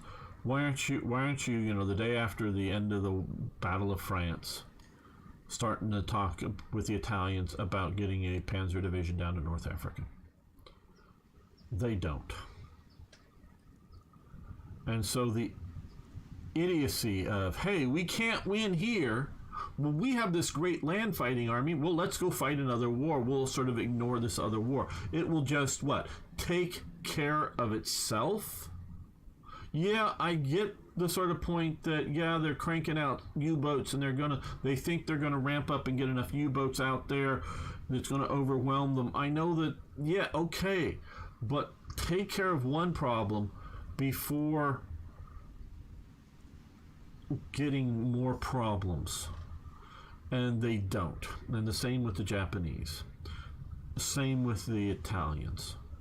So, but on a smaller scale. But then the whole war is on the smaller scale. Now, why am I invading Greece? Well, partially because it's just historical. Partially it's gameplay reasons, because there will be resources, there will be industry that we can take down here, and I think we can do it. Now we have a larger army we have currently down here than they did historically. We have more frontier, so we'll be able to do this better. So yes, we will declare war, annex, and I don't think we're going to call allies, because I want to move in here as fast as possible. Okay. Sì, signore. Sì, signore. Avanzate. And out of the mountains, so we're going to Pronto all'azione. Pronto, signore. Avanzate. Ordini. You go there. You come here.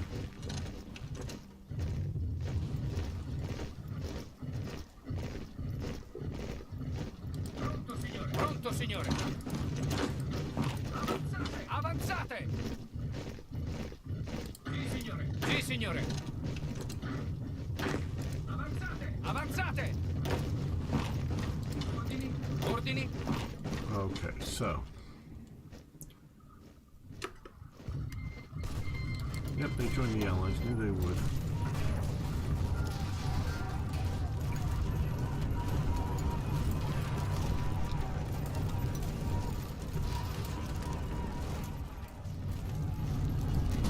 Sì, signore.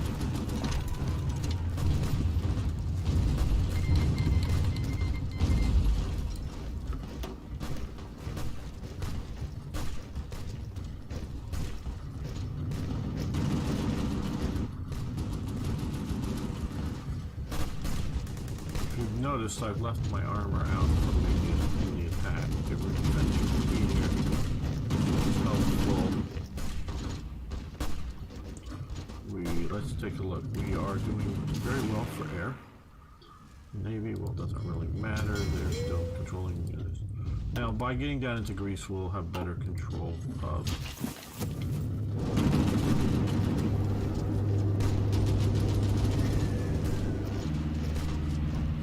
the Adriatic with our positioning.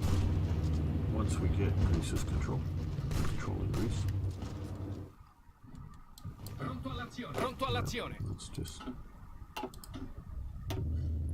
Part of the reason I didn't send these guys down earlier was just supply issues. But now that we have. Avanzate. actual combat. Let's get them down there. No problem, Sunflower. Okay, so we pushed into here. Attento. Yeah, we'll just keep pushing. Avanzate. Pronto, signore.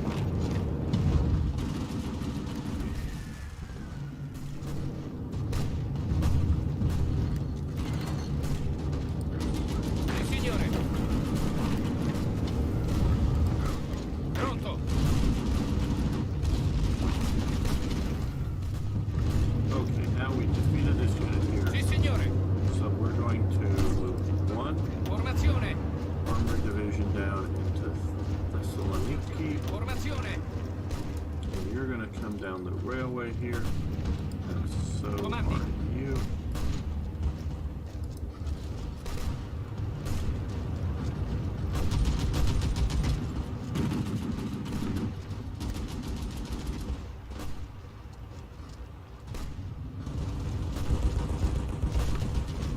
Okay, well, you attack. Formazione. Fine. Formazione. Formazione.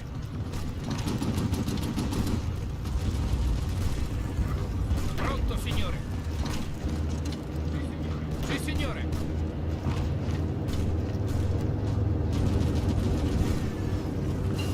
All right, assembly line production. Very good.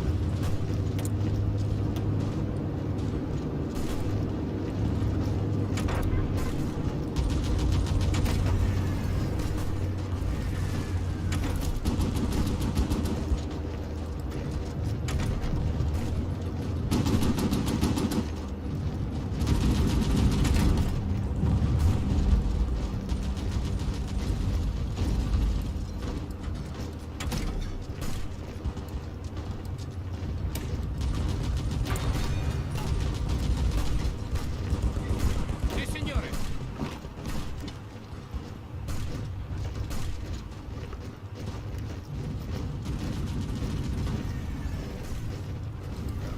Formazione. Formazione.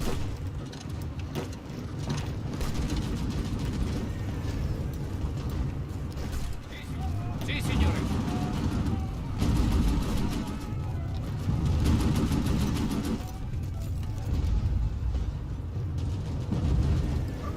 Pronto.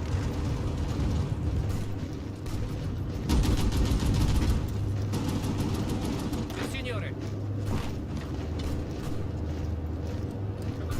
Comandi.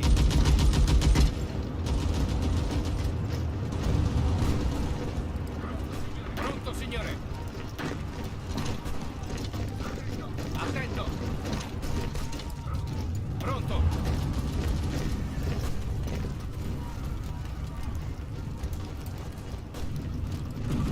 Ordini.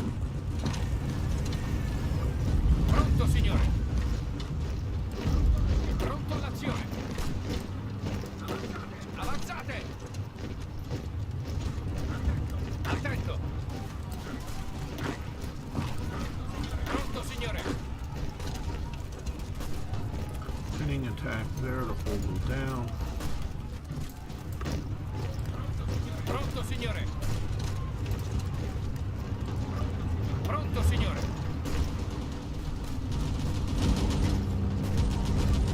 Ordini. Ordini.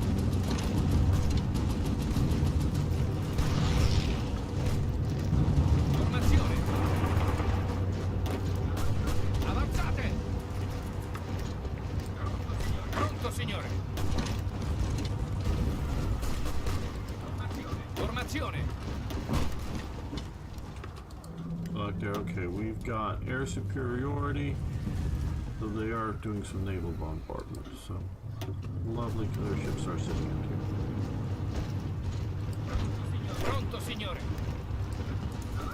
Avanzate.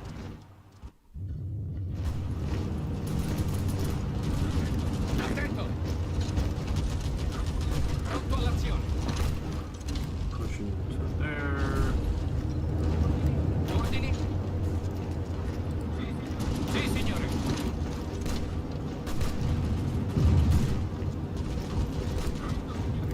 signore. Support that attack.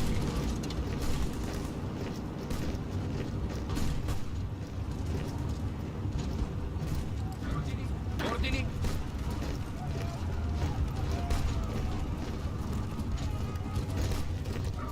Pronto.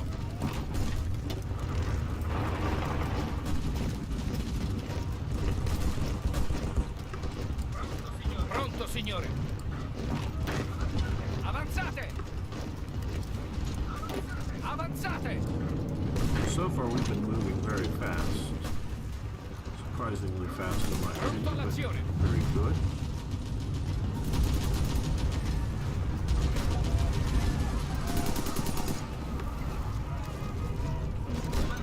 Comandi. Pronto, signore. Attento. Okay, well. I think we want to go there. Sì, signore. I know it's mountainous, but it gives us the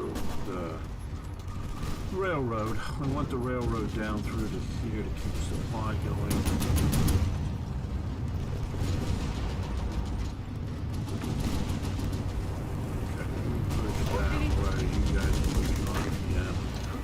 Pronto all'azione.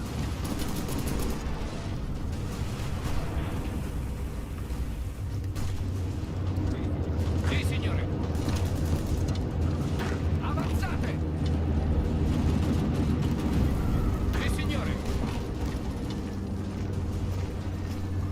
Uh-oh, we got guys over here coming up for food.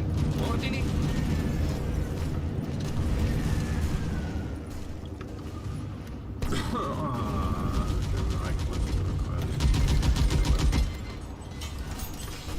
We have more military factories. Well, I want more small fighters.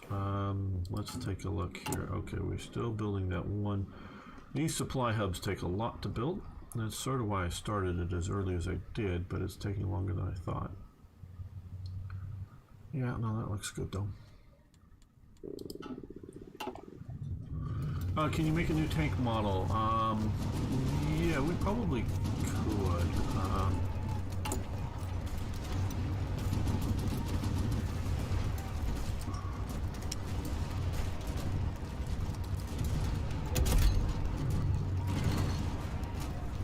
Don't know, should we though?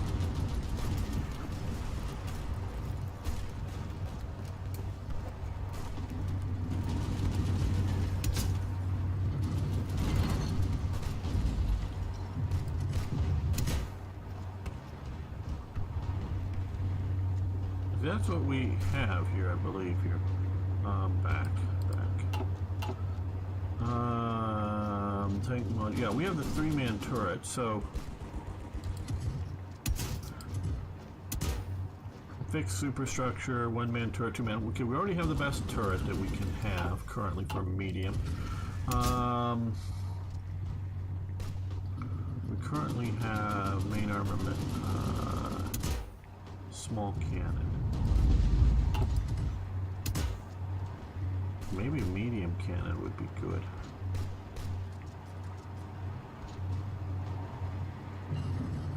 Oh, shit, stop. I didn't know we were still going forward. We gotta get back to the war.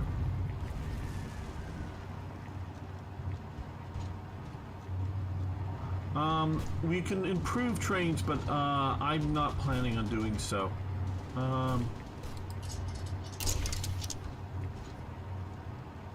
Let's change the picture.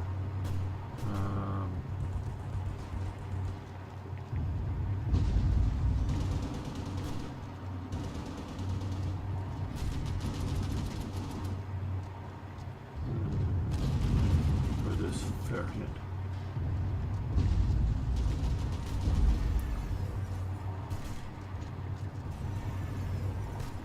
Assault guns or that. Well.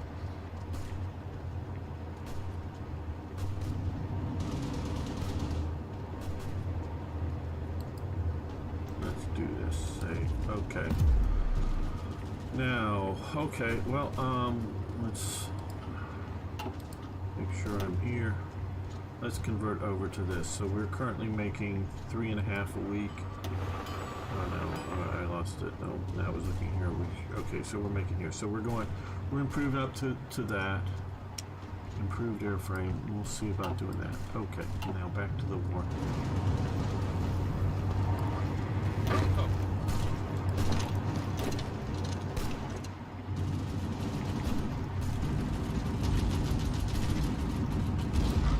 Pronto, signore.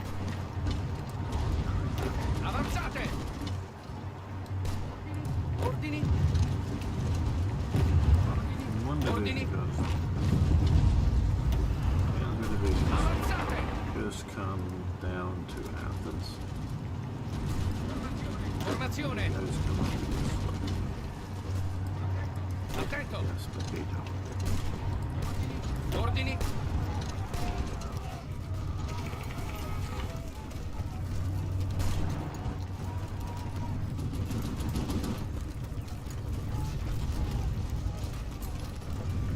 Oh, and we can do more research, right?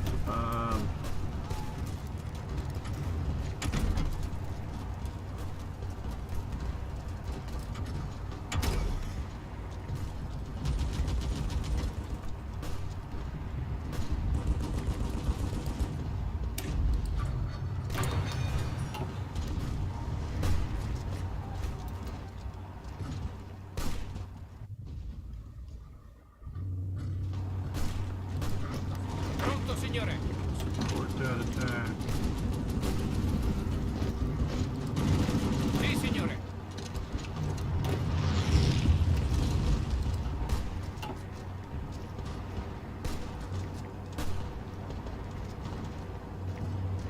And it's time to end this episode. Not the live stream. Live stream will be continuing, but I want to thank everyone for getting this far. I do appreciate it. We will continue next time our conquest of Greece. Thanks so much. See you then. Okay, let me just quickly save this, and we will continue. Okay. Welcome back, fellow armchair generals. This is Gamer 1745 here, and we're pushing into Greece. Pretty hard, pretty deep. Pronto. Looks like we've got this. I don't know if Britain's going to be able to get any real reinforcement up here in time to save the Greeks like they were doing historically. Don't go Pronto, signore. you know, Comandi. for food.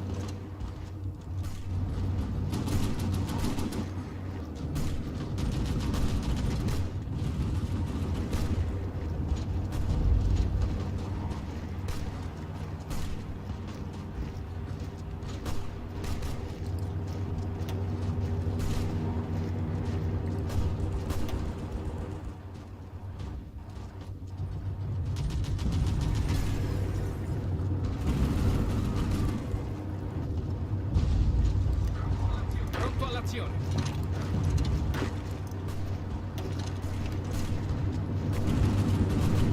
Ordini.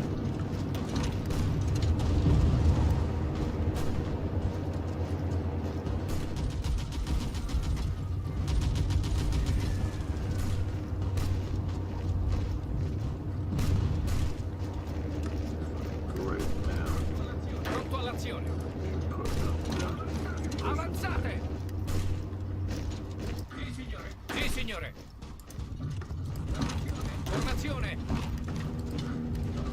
Formazione.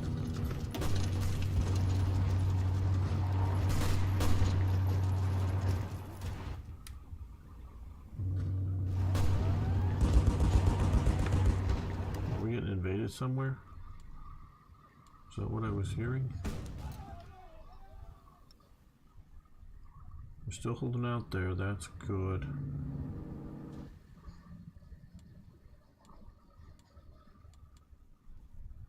Alright, well I guess not.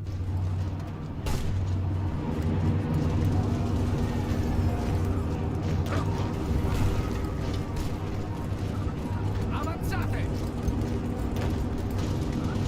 Avanzate.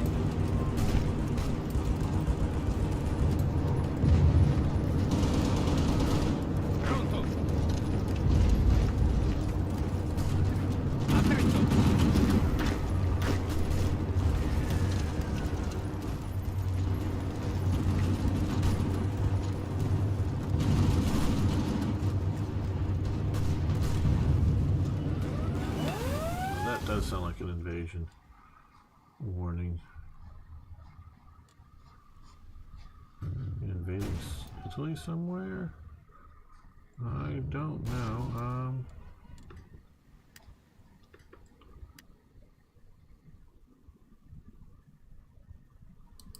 Eastern Balkans. Oh, they're coming ashore over here. Why do I care about them coming ashore over there? Well, maybe I should. I don't know. Pronto, signore. Pronto, signore. Put these guys on railways. Send them down here just in case they may be needed. We don't need to just sit up here, though. Okay, these divisions here. Attento.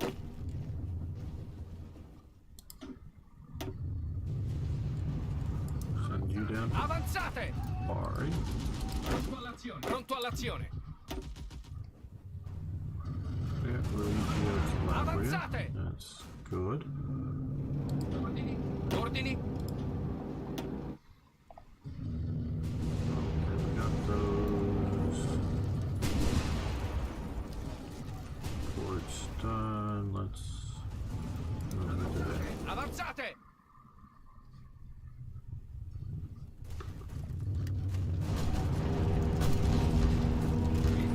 Sì, signore.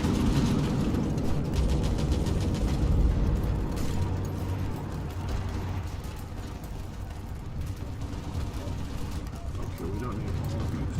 Pronto, signore. Guys. Here. Attento.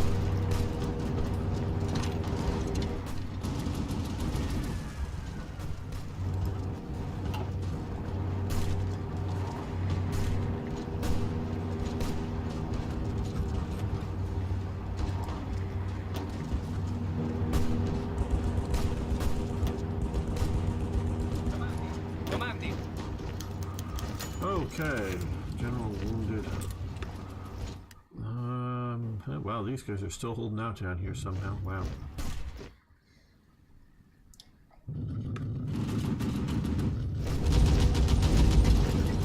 Sì, signore.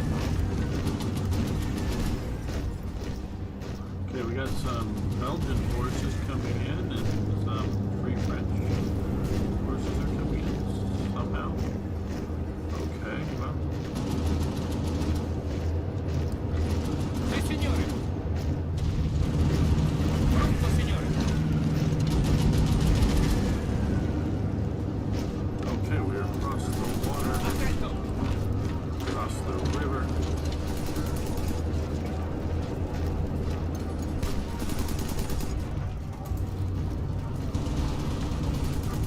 Pronto all'azione.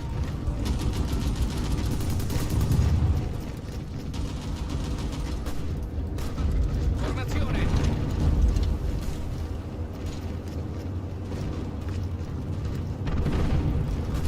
Comandi.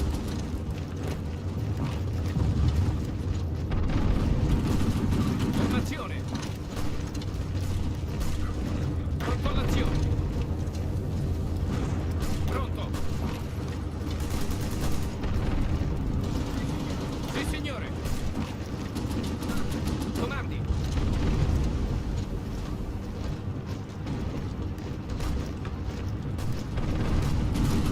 Preparatevi. Avanzate. Sì, signore. Sì, signore. Sì, signore.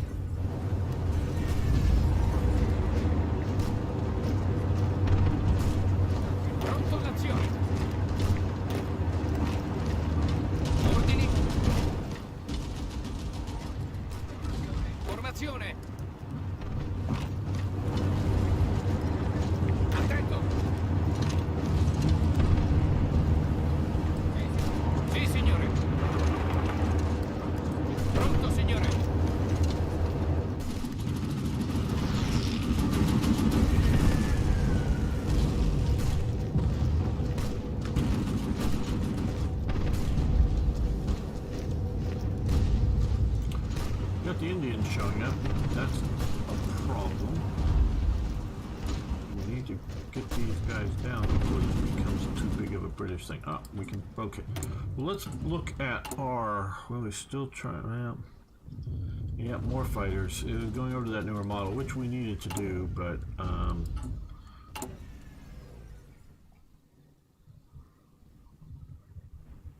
it's still costing us a lot of production time.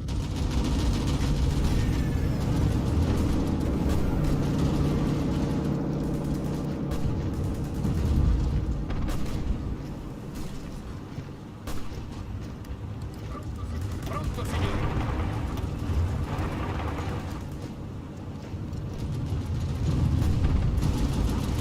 Ordini?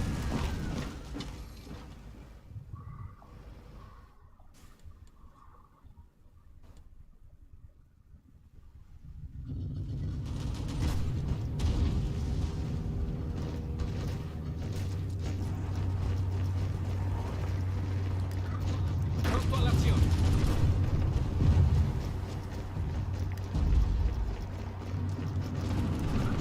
Avanzate! Avanzate!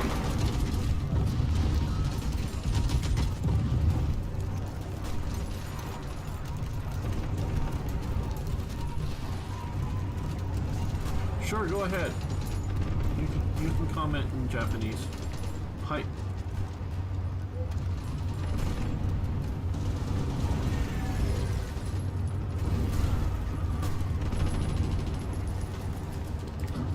Pronto all'azione.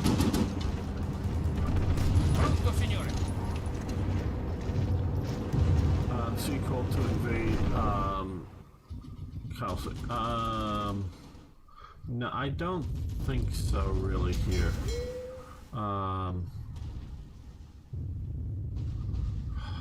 Because you're talking about here to get around. Yeah. Now, see, this is.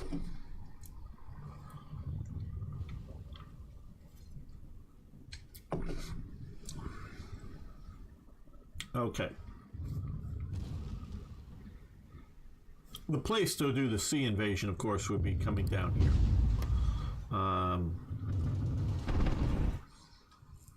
But we got to get sea control, all of it. Should this really be, these over here should be part of this? I don't know.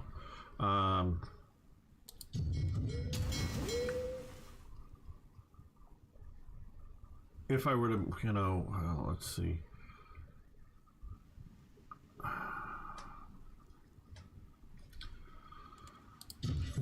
Historically, you know, why didn't the Italians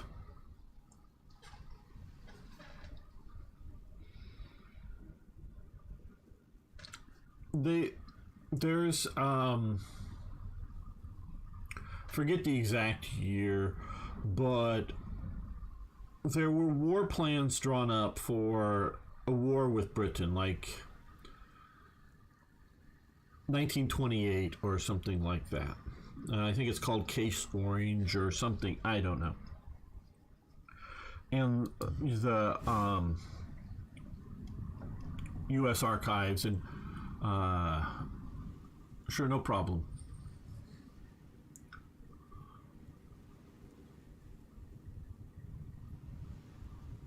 So, you know, in some documentaries, and partially, I think, just, you know, get eyeballs on the documentary. But why would the Allies draw up plans to go to war with Britain in, you know, 1920 something or early 1930 something? Well, the U.S. or any nation should draw up plans to go to war with everybody. Maybe everybody all at once, but, you know, now, should Belgium here, you know, draw up plans to go to war with Russia, whether it's Soviet Russia or not? No, because that's not a likely thing to happen. So yeah, or Hungary drawing plans to go to war with Afghanistan. That's just not a thing that needs to be done. Now, if you're America, because you're a continental power, because you have access to the oceans, you draw up plans to go to war with just about everybody, because you don't know. Britain and America were quite friendly back then. In the 1920s and 1930s, they had been allies in the First World War, and that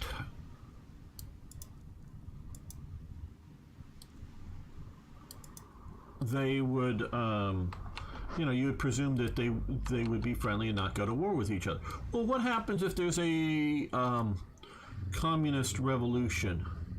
Oh, you also watch HOI streams to study English. Well, very good. Very good. Hopefully it helps. You get context out of what I'm saying. So, if Britain goes communist,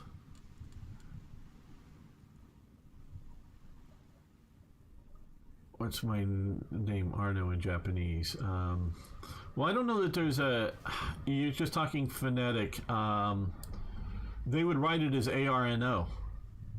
They would use the Romaji letters, probably, Arno. I don't even know what it is in English. What does your name mean in English? So it takes some time to understand. Hi. Wakarimasu. I hope my accent isn't too bad for Japanese. So you don't know. You don't know that there can be a radical change, like we saw going from the Weimar government to the, National Socialist government. You can have that kind of change. And so you may go from what you think is a peaceful nation, border nation, to a nation that becomes aggressive against you. Though, of course, all Germany's neighbors were preparing for that even before. Is the best there is. Yeah, I don't quite think so. Because even a lot of, a lot of names have meanings that people don't even know, because they have root meanings in old languages. But, let's see. Oh, you still do it because it's, oh, well, okay, I'm just going to get to that. Thought exercise for board officers. Well, okay, but part of it is board officers, but part of it is the planning. Okay, so if you go, okay, we need to, the U.S. needs to invade Mexico. We've done it several times. We after Texas becomes independent. We can talk whether that's an invasion or not. Then it joins the Union, and then there's a war with Mexico. This is before the American Civil War. The U.S. Army is taking Mexico City in a very bloody battle. Then in, 1915 or 1916, there's another American invasion that comes way down in here under Blackjack Pershing as the general in charge of it, and the only casualties, gamer is yes,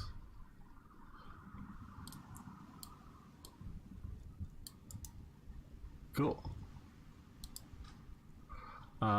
The only casualties that the Mexicans actually get for all this, the huge invasion, well, not huge, but the significant invasion, big enough that the Mexican army just sort of stands back and lets them go by. No Mexican army deals with the American invasion, because the American invasion is stated, and it is, to go after Pancho Villa and his bandits, because they had raided across the American border and shot up, including engaged some American troops on the American side of the border. Is General George S. Patton shoots a couple of the Mexican bandits, and he is probably the first definitely the first military, combat engagement of American motorized forces in history. We could talk about maybe that, but well, no, I guess because he's probably the first, and because he's used some Model Ts as scouting vehicles, but it's an aggressive scouting, and he spots some of the bandits, and he literally goes shoots them with his pistols. So so they've invaded Mexico a couple of times. We have, but you just, whether it's a thought exercise or just a planning exercise, if I was Italy or France or Spain or Turkey, I would, what if I'm going to war with any Mediterranean power? Turkey doesn't need to worry about going to war with a Caribbean power, because it, maybe some, there's some Turkish people over here, or something goes bad, and maybe Cuba declares war on Turkey or something like that. I don't know. And so they somehow find themselves at war with Cuba. Well, okay, I don't know what does Turkey send out a few ships or something? Maybe, I don't know. But it's probably not a serious likelihood. But Turkey might go to war with, with Italy, because this is Italian controlled. This, at the time, it may want to go to war with Italy, or Italy may want to go to war with Turkey. So you plan these things out. It appears, now I don't know this is to be a fact, but it appears that there was no Greek planning for a war, Italian planning for a war with Greece.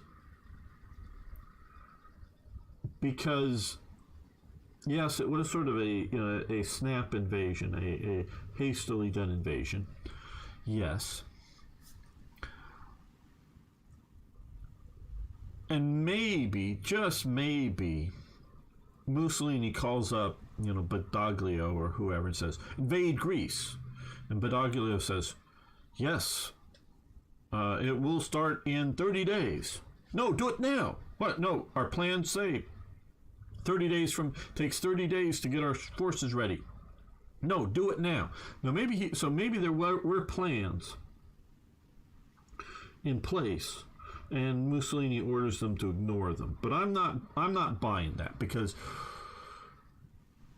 make a better variant of naval bomber, please. Well, I already got some in production, so I don't know that I'm going to check, because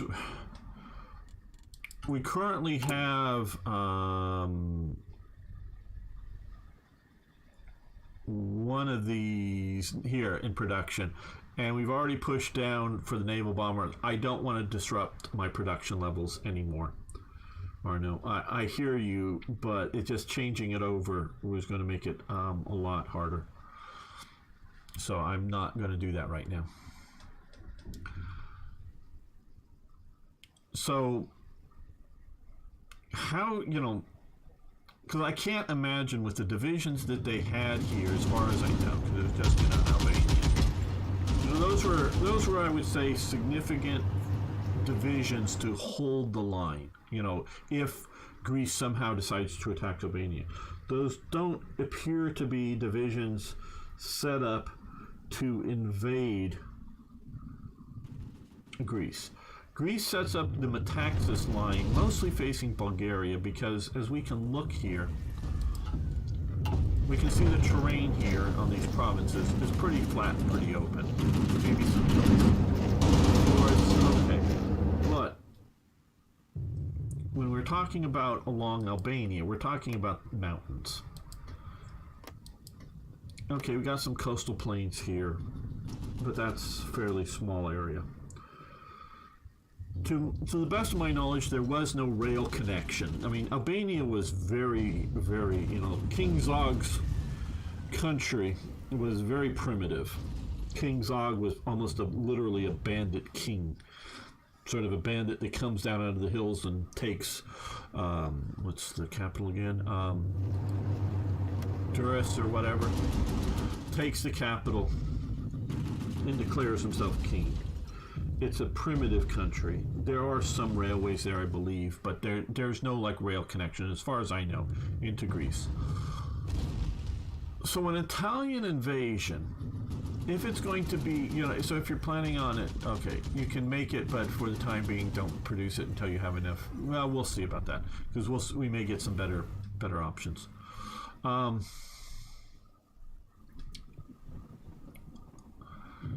can't imagine that, going to, okay, whether it's Greece attacking Italy, like, well, what if Greece just decides to join the Allies and come against us? And are you just going to purely be defense? Is your whole plan is to defend Albania?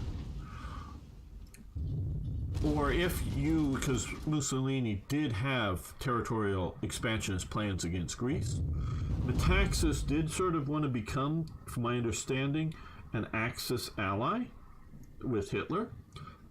Partially, I think, to stave off Italian aggression.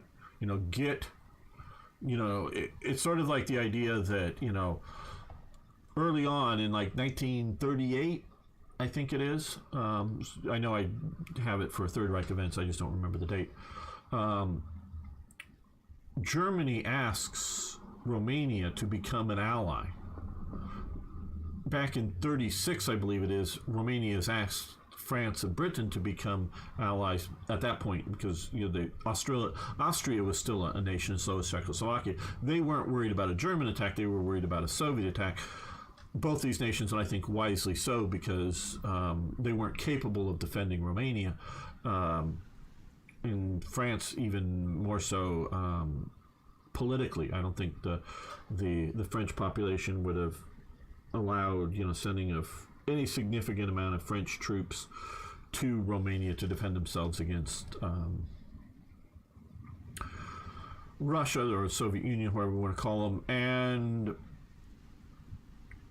they don't have to go to war with the Soviet Union over Romania if all they're going to do is supply weaponry, put tanks on train or on ships, take them to Yugoslavia, put them on trains and get it to Romania, or some such way of supporting it. And yeah, sure, France and Britain sort of doing a naval blockade threat, Russian ports, Soviet ports, whatever you want to call them. Yeah, that's a threat, but it's not that big of a thing. So I think wisely they didn't. And then Germany, of course, wants the alliance with the Kingdom of Romania, mainly because of plausible. Okay, Sunflower. Have a good evening. Domo arigato for watching. I hope you show up. I'm here this time most Saturdays and Sundays, so you can come back and watch some other time. So maybe not with the Christmas vacation, but most of the time you can come back on the weekends. We'll be here. Thank you. And Romania, because it's wanting to be a pro-Western country, says no to it, to alliance with Germany. Great, thank you. And so all of this territory here gets taken away from Romania, given to Hungary under German threat. And this territory gets, Germany agrees with, in a secret protocol, a part of the Ribbentrop-Molotov Pact, that the Soviet Union can demand Bessarabia, but it can't demand plausible. It can't push too deep in it. Cannot take all of Romania. That would be a no-no. So yes, and once they do this, and this gets carved off, and this gets carved off by Bulgaria, then and only then does Romania join the Axis, because it realizes unless it's going to become a Soviet puppet,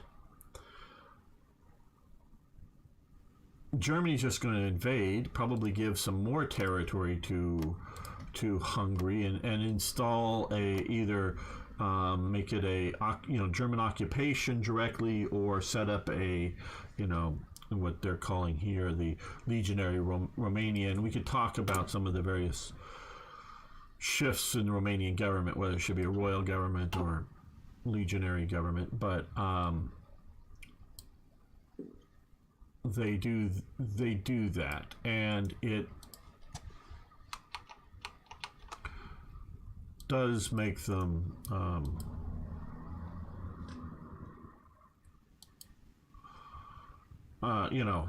do you want to try to keep some sense of independence, and so they join the Axis. They do. I think Greece is trying to do a similar thing, but watching what's happening with Slovakia and Czechoslovakia before it, what's happening with Romania, realizing with Italy wanting to, so moved into Albania.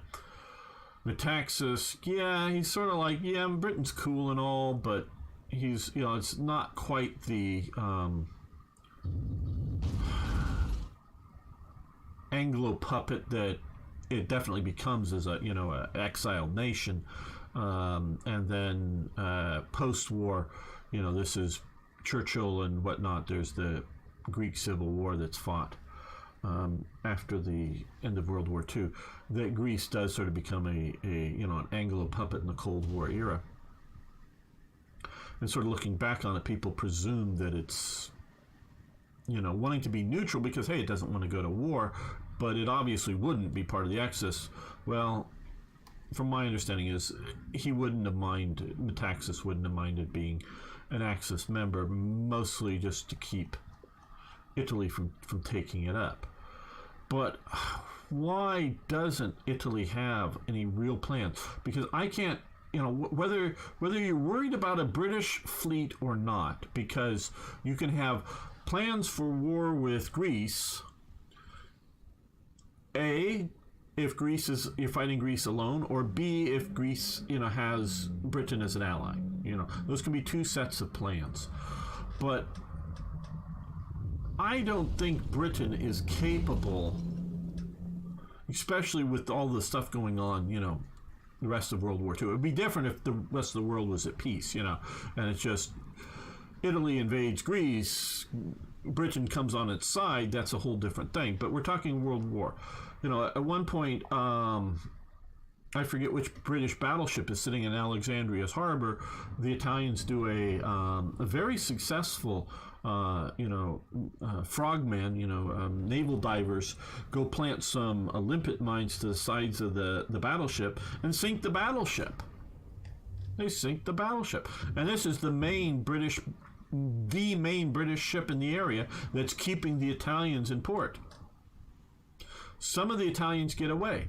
Some of the Italians just get to the edge of the port and get captured. You know what? Italians didn't know they sunk it, because the British didn't admit to its sinking. Every day they rose the flag up. Every day they kept that ship operating and looking just like it's doing everything else, but it's sitting on the bottom of the harbor. Now it's only settled down about like 8 feet or something at the lowest tide, because there's a little bit of tide in the Mediterranean. At the lowest tide, it's only like 8 feet to the bottom. So people don't really notice that it's sitting on the bottom of the harbor, because it isn't that deep where it was. It didn't have that much water under it, even at low tide. So it wasn't like any normal problem of grounding.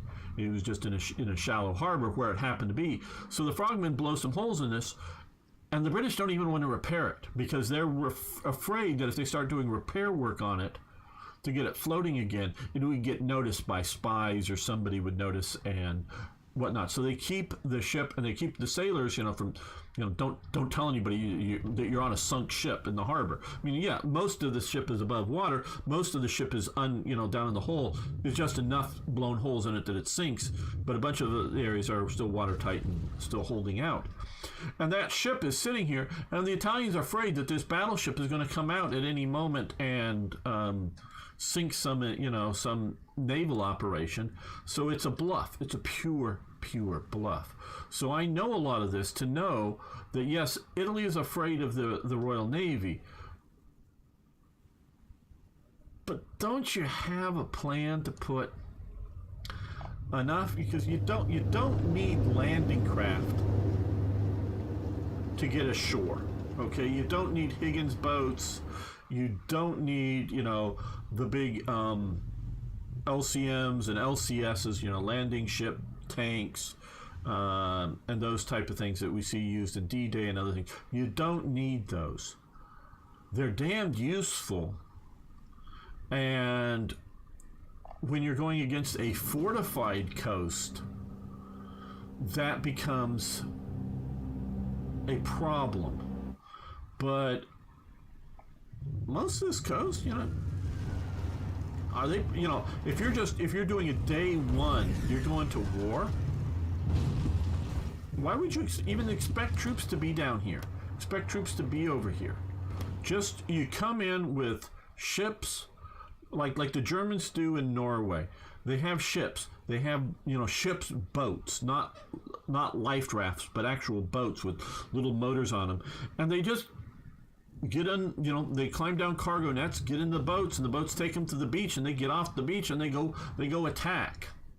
And after they get a hold of some port or something, or you just get some barges that you know, either you carry, you know, that are small enough that you carry on board a ship, and it wouldn't be that big to for my purpose here, or you tow behind your ships, that you can then lower down some tanks on the ship, and those barges can just, you know, be modified to have, you know, a bow ramp so that you can drive a tank off of them. And so you're not like putting an armored division ashore, you're just putting a tank company to support an invasion. And that they don't either, you know, because you got to realize, you know, we're talking about here is sort of the, well, here I guess is the, you know, it's here, is the original sort of border. So they're not even landing down in here, let alone coming down into the Peloponnese and doing an invasion. They don't have any of these plans. They don't have a plan to have an Italian division get on board ships or whatever to try to land in some of these other islands. So, you know, it's, yeah, part of, yeah, definitely, you know, the problem I have is I'm so used to light infantry versions of this. Last week on my own, while we backfilled everything else, just make sure we have some ammo, food, and logistics in place. Yeah, and light infantry can be very effective. So, but you know, why they didn't have a good plan to do it? Because I can't imagine the plan was to conquer Greece purely by coming through these mountains without any, you know, there may be a little bit of a road here, but not a road to keep large numbers of forces supplied. Okay, now back to the Pronto. Ordini.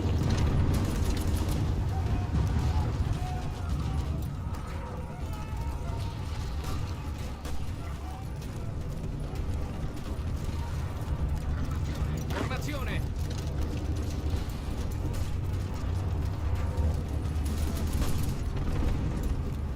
Let's look at supply. I think that's partial.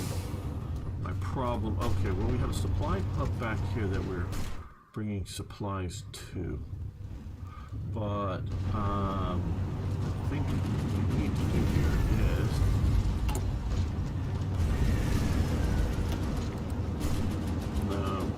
yeah.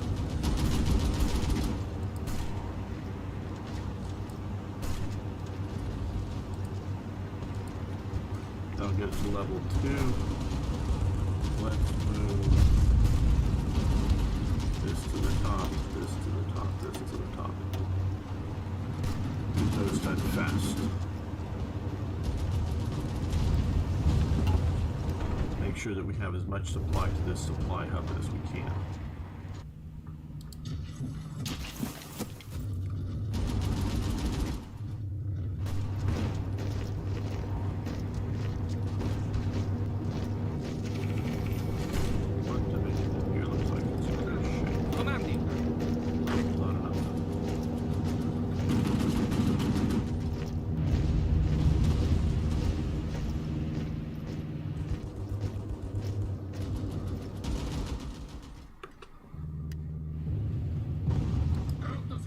tutto, signore. Let's move you to a different division. You join this division. You come down here. Let's see what we can do for our division commander.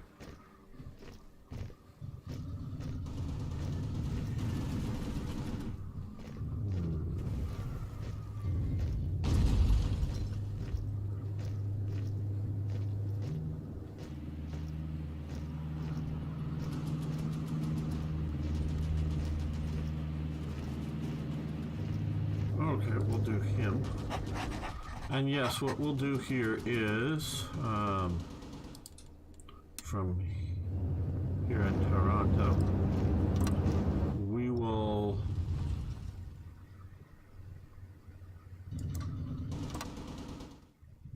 see about doing plan a invasion there. How many days? 14, okay.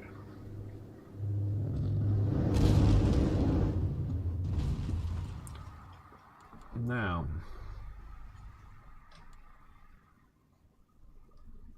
what we're going to have to see about doing is, once this gets the right time, we're going to need to put a lot of vessels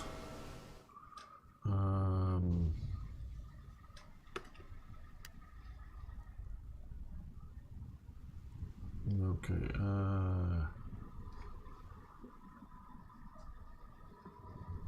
let's move you down to Toronto.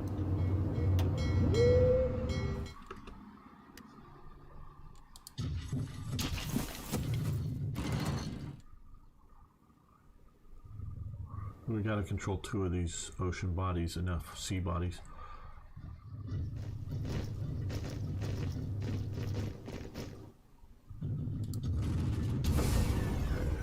Construction coming along.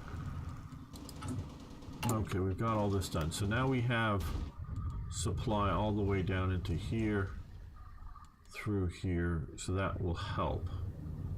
Oh, we have another supply port here. Okay. Well, what we'll do, or supply.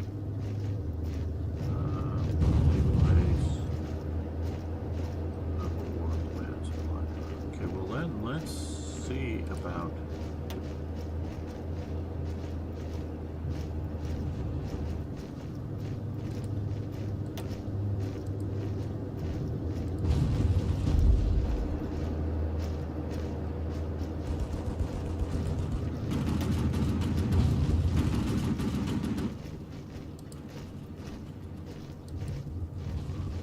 let's connect that.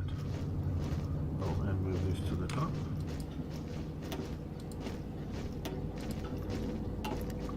Just trying to make sure we get as much supply in here as practical. So we're getting invaded.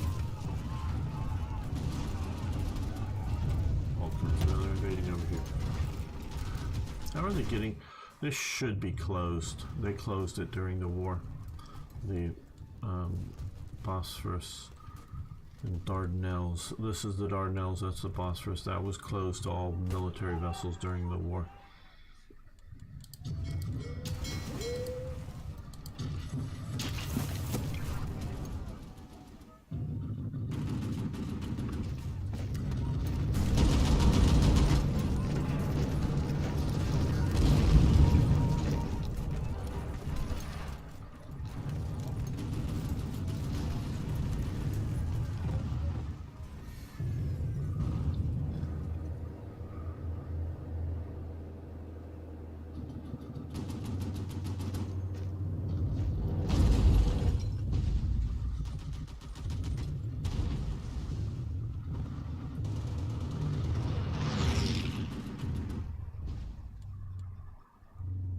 Okay, now down here we have this force here, and we're going to have you patrol the Adriatic.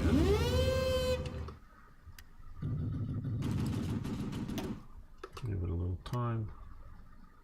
There we go, turn that green at least. Now down here, okay, let's look at our logistics for Naval bombers. Okay, we only have 9 extra, so I don't want to start a new squadron of them, but a lot of them are operating down here, and we're losing some. Romania lost. How does Romania have 9 destroyers? Can someone please explain this to me? And then explain how does it have 9 destroyers in the Mediterranean? That would be the next question I have.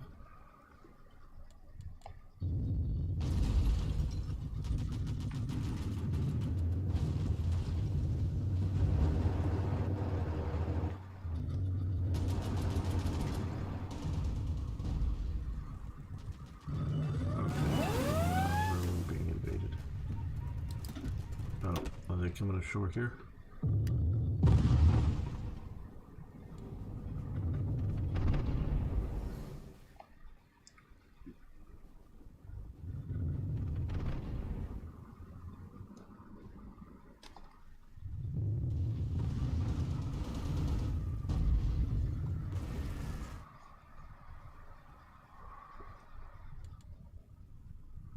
Oh, they came ashore there. How interesting. Okay, well, you defend there. You come down this way. You come down that way.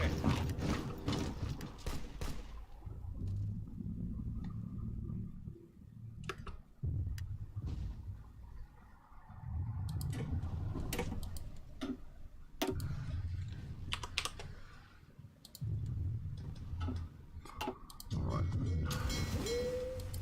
Now this fleet here, we're going to send you out to patrol there, and you are going to come here and patrol here as well.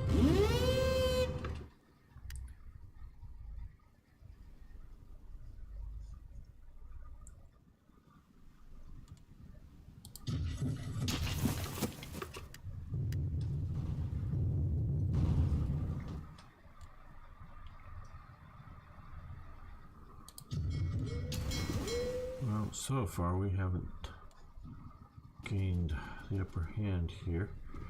A little bit of ours, a lot of German. Oh, what? Oh, well, a lot of submarines, 154 destroyers. Wow.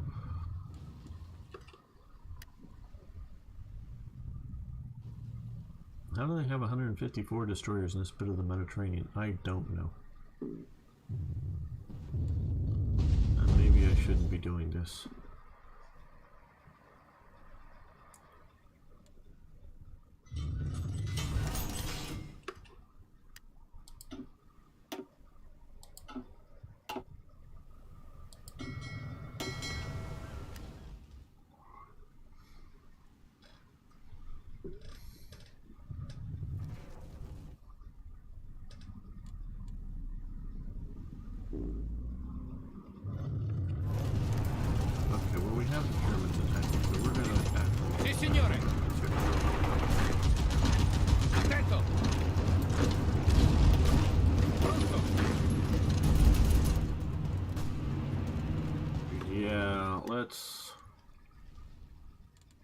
This is a bit bigger than I want to deal with here. Select.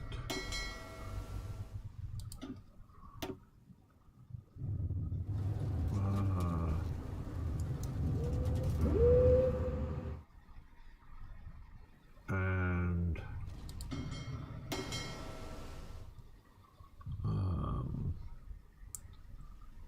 this force here. You go back. Why didn't you up there? I don't know. You guys go back to base. I think this will just sort of be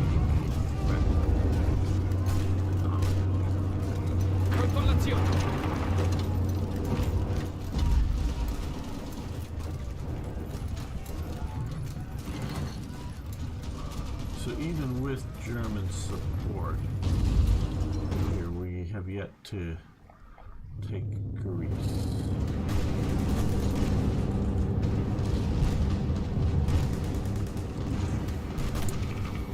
Okay, we're getting, well, let's look at our logistics. logistics here. Use much equipment.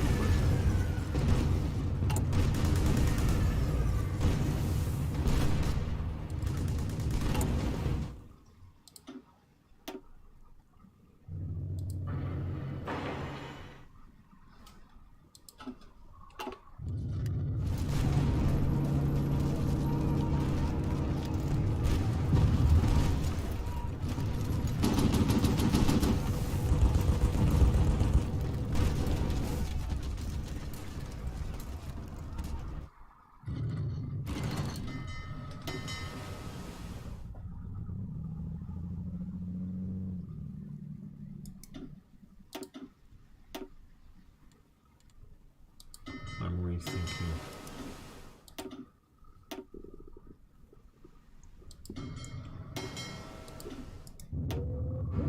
Just gonna make sure it's here. See if we can get down here before anything too bad goes. Now, okay, now that that's down there.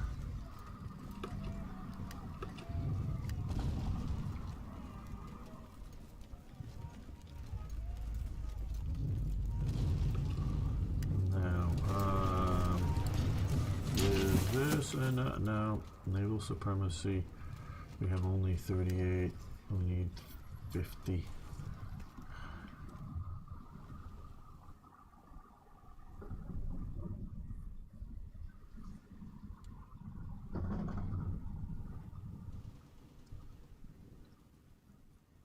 It's 39.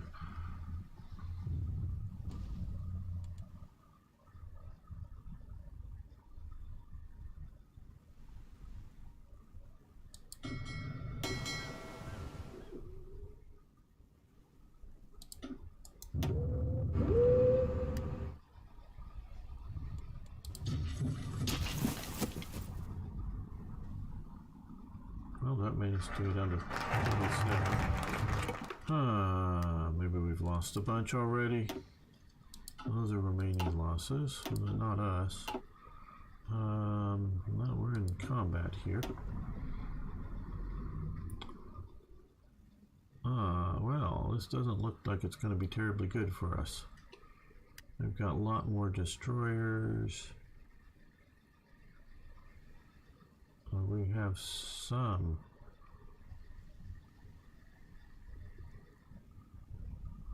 Cannons, nice.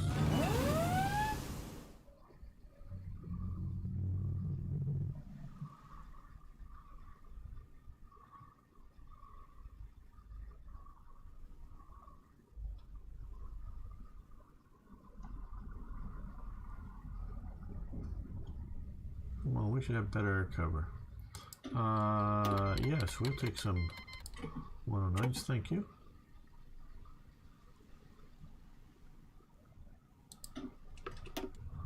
How are we doing for fighters? Oh, not very good. Okay, I thought we were doing a little better.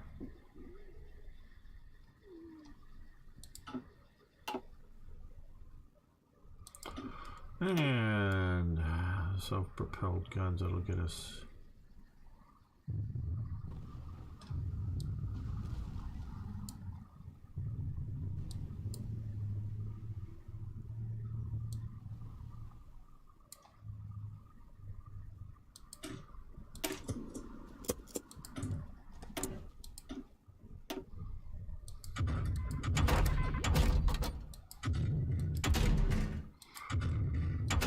Well, if I was halfway serious, armor piercing capped. Well,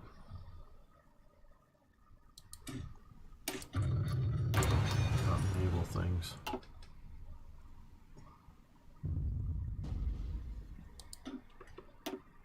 Well, it looks like we are.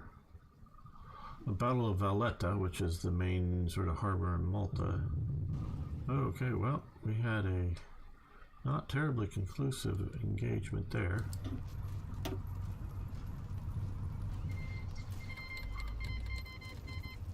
Oh, they're canceling our land lease. Okay, so they gave us all the ships they were going to give us. Now we're down at 31. Well, I don't think that was a good plan to try that out. So Yeah, our Greek campaign has stalled. I think we're running out of time for this episode. I want to thank you all so much for hanging out with me.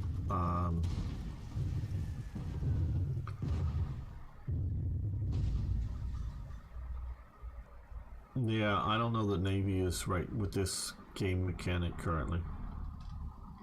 Is the best option we have here. Oh, okay, well.